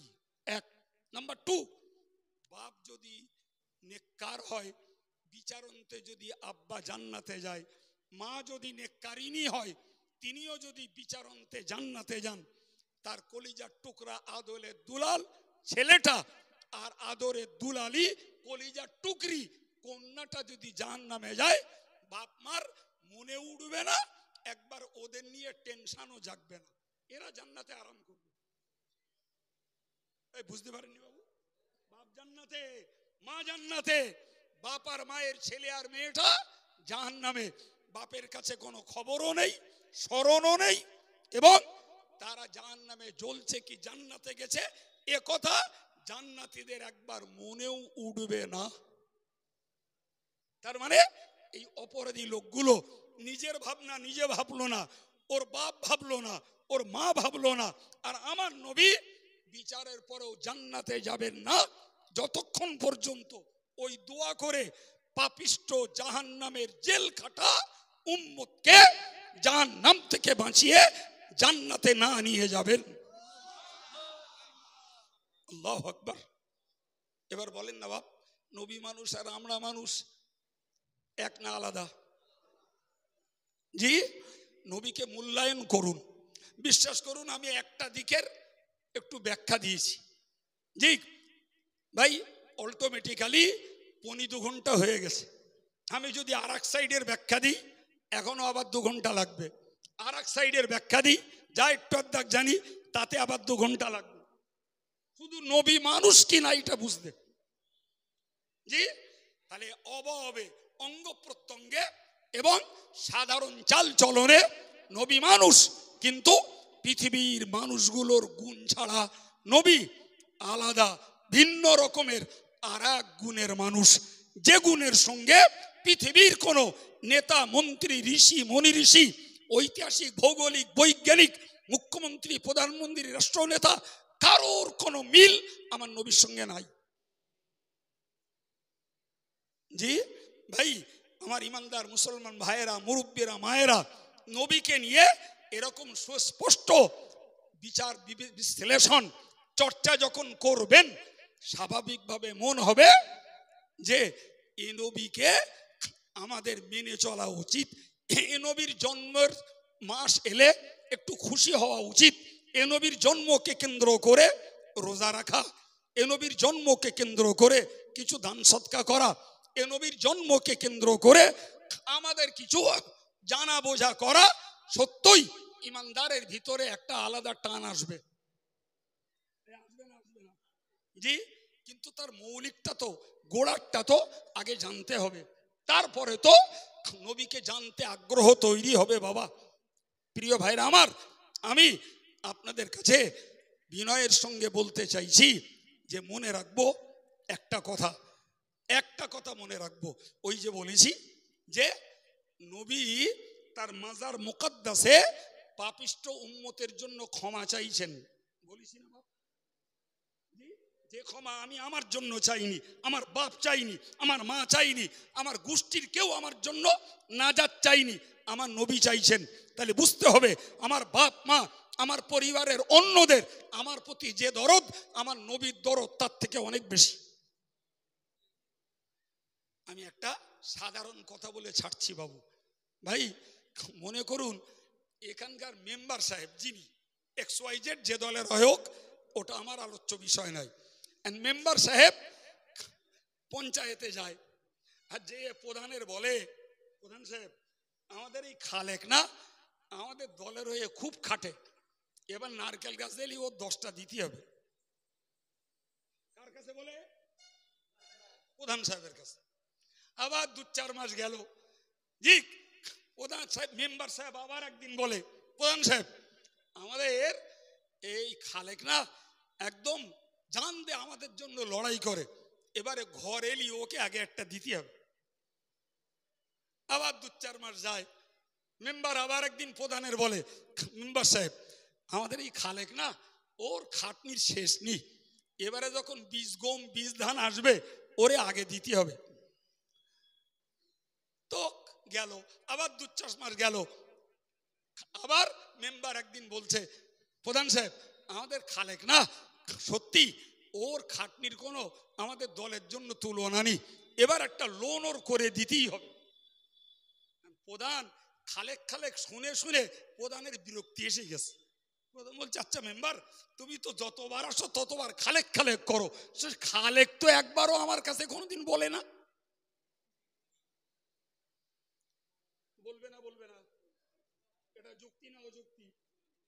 প্রিয় ভাইরা, যুবকেরা মুখস্থ করে বাড়ি যান, নবী আমার জন্য ক্ষমা চাইছেন, কিন্তু আমি উম্মত আমার নিজের পাপের কাজে পাপের কারণে আমি ক্ষমা চাই না। তাহলে নবী যতই ক্ষমা চাক, নবীর চাওয়া উম্মতের জন্য ততক্ষণ গ্রান্টেড নয় যতক্ষণ উম্মত নিজের পাপের জন্য নিজে ক্ষমা না চাইবে।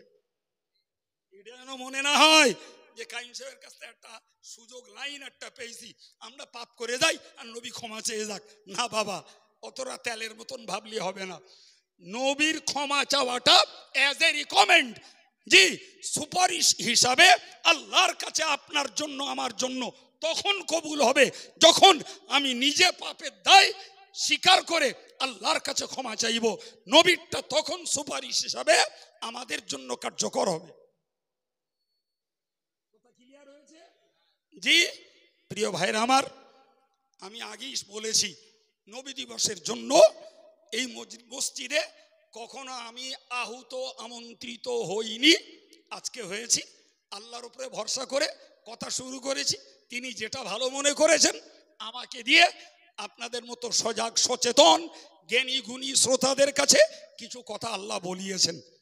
জি এর ভিতর দিয়ে যদি নবীকে মূল্যায়ন করে থাকি, নবীকে চিনে থাকি, নবী আমাদের জন্য কি করেছেন এটাকে যদি ভেবে থাকি আর নবীর অনুসরণ করে নিজেদের জীবনটাকে যিনি যতটা তৈরি করেছেন মৃত্যু পর্যন্ত যদি ধরে রাখি, আর যারা তৈরি করতে পারেননি পরকালের চিন্তায় যদি নবীর গোলামীর জীবন তৈরি করতে চেষ্টা করেন, তবেই আজকের এই মজলিস, বক্তা, শ্রোতা, কর্তৃপক্ষ সকলের জন্য সার্থক হবে। আল্লাহ কবুল করুন, বলুন আমিন।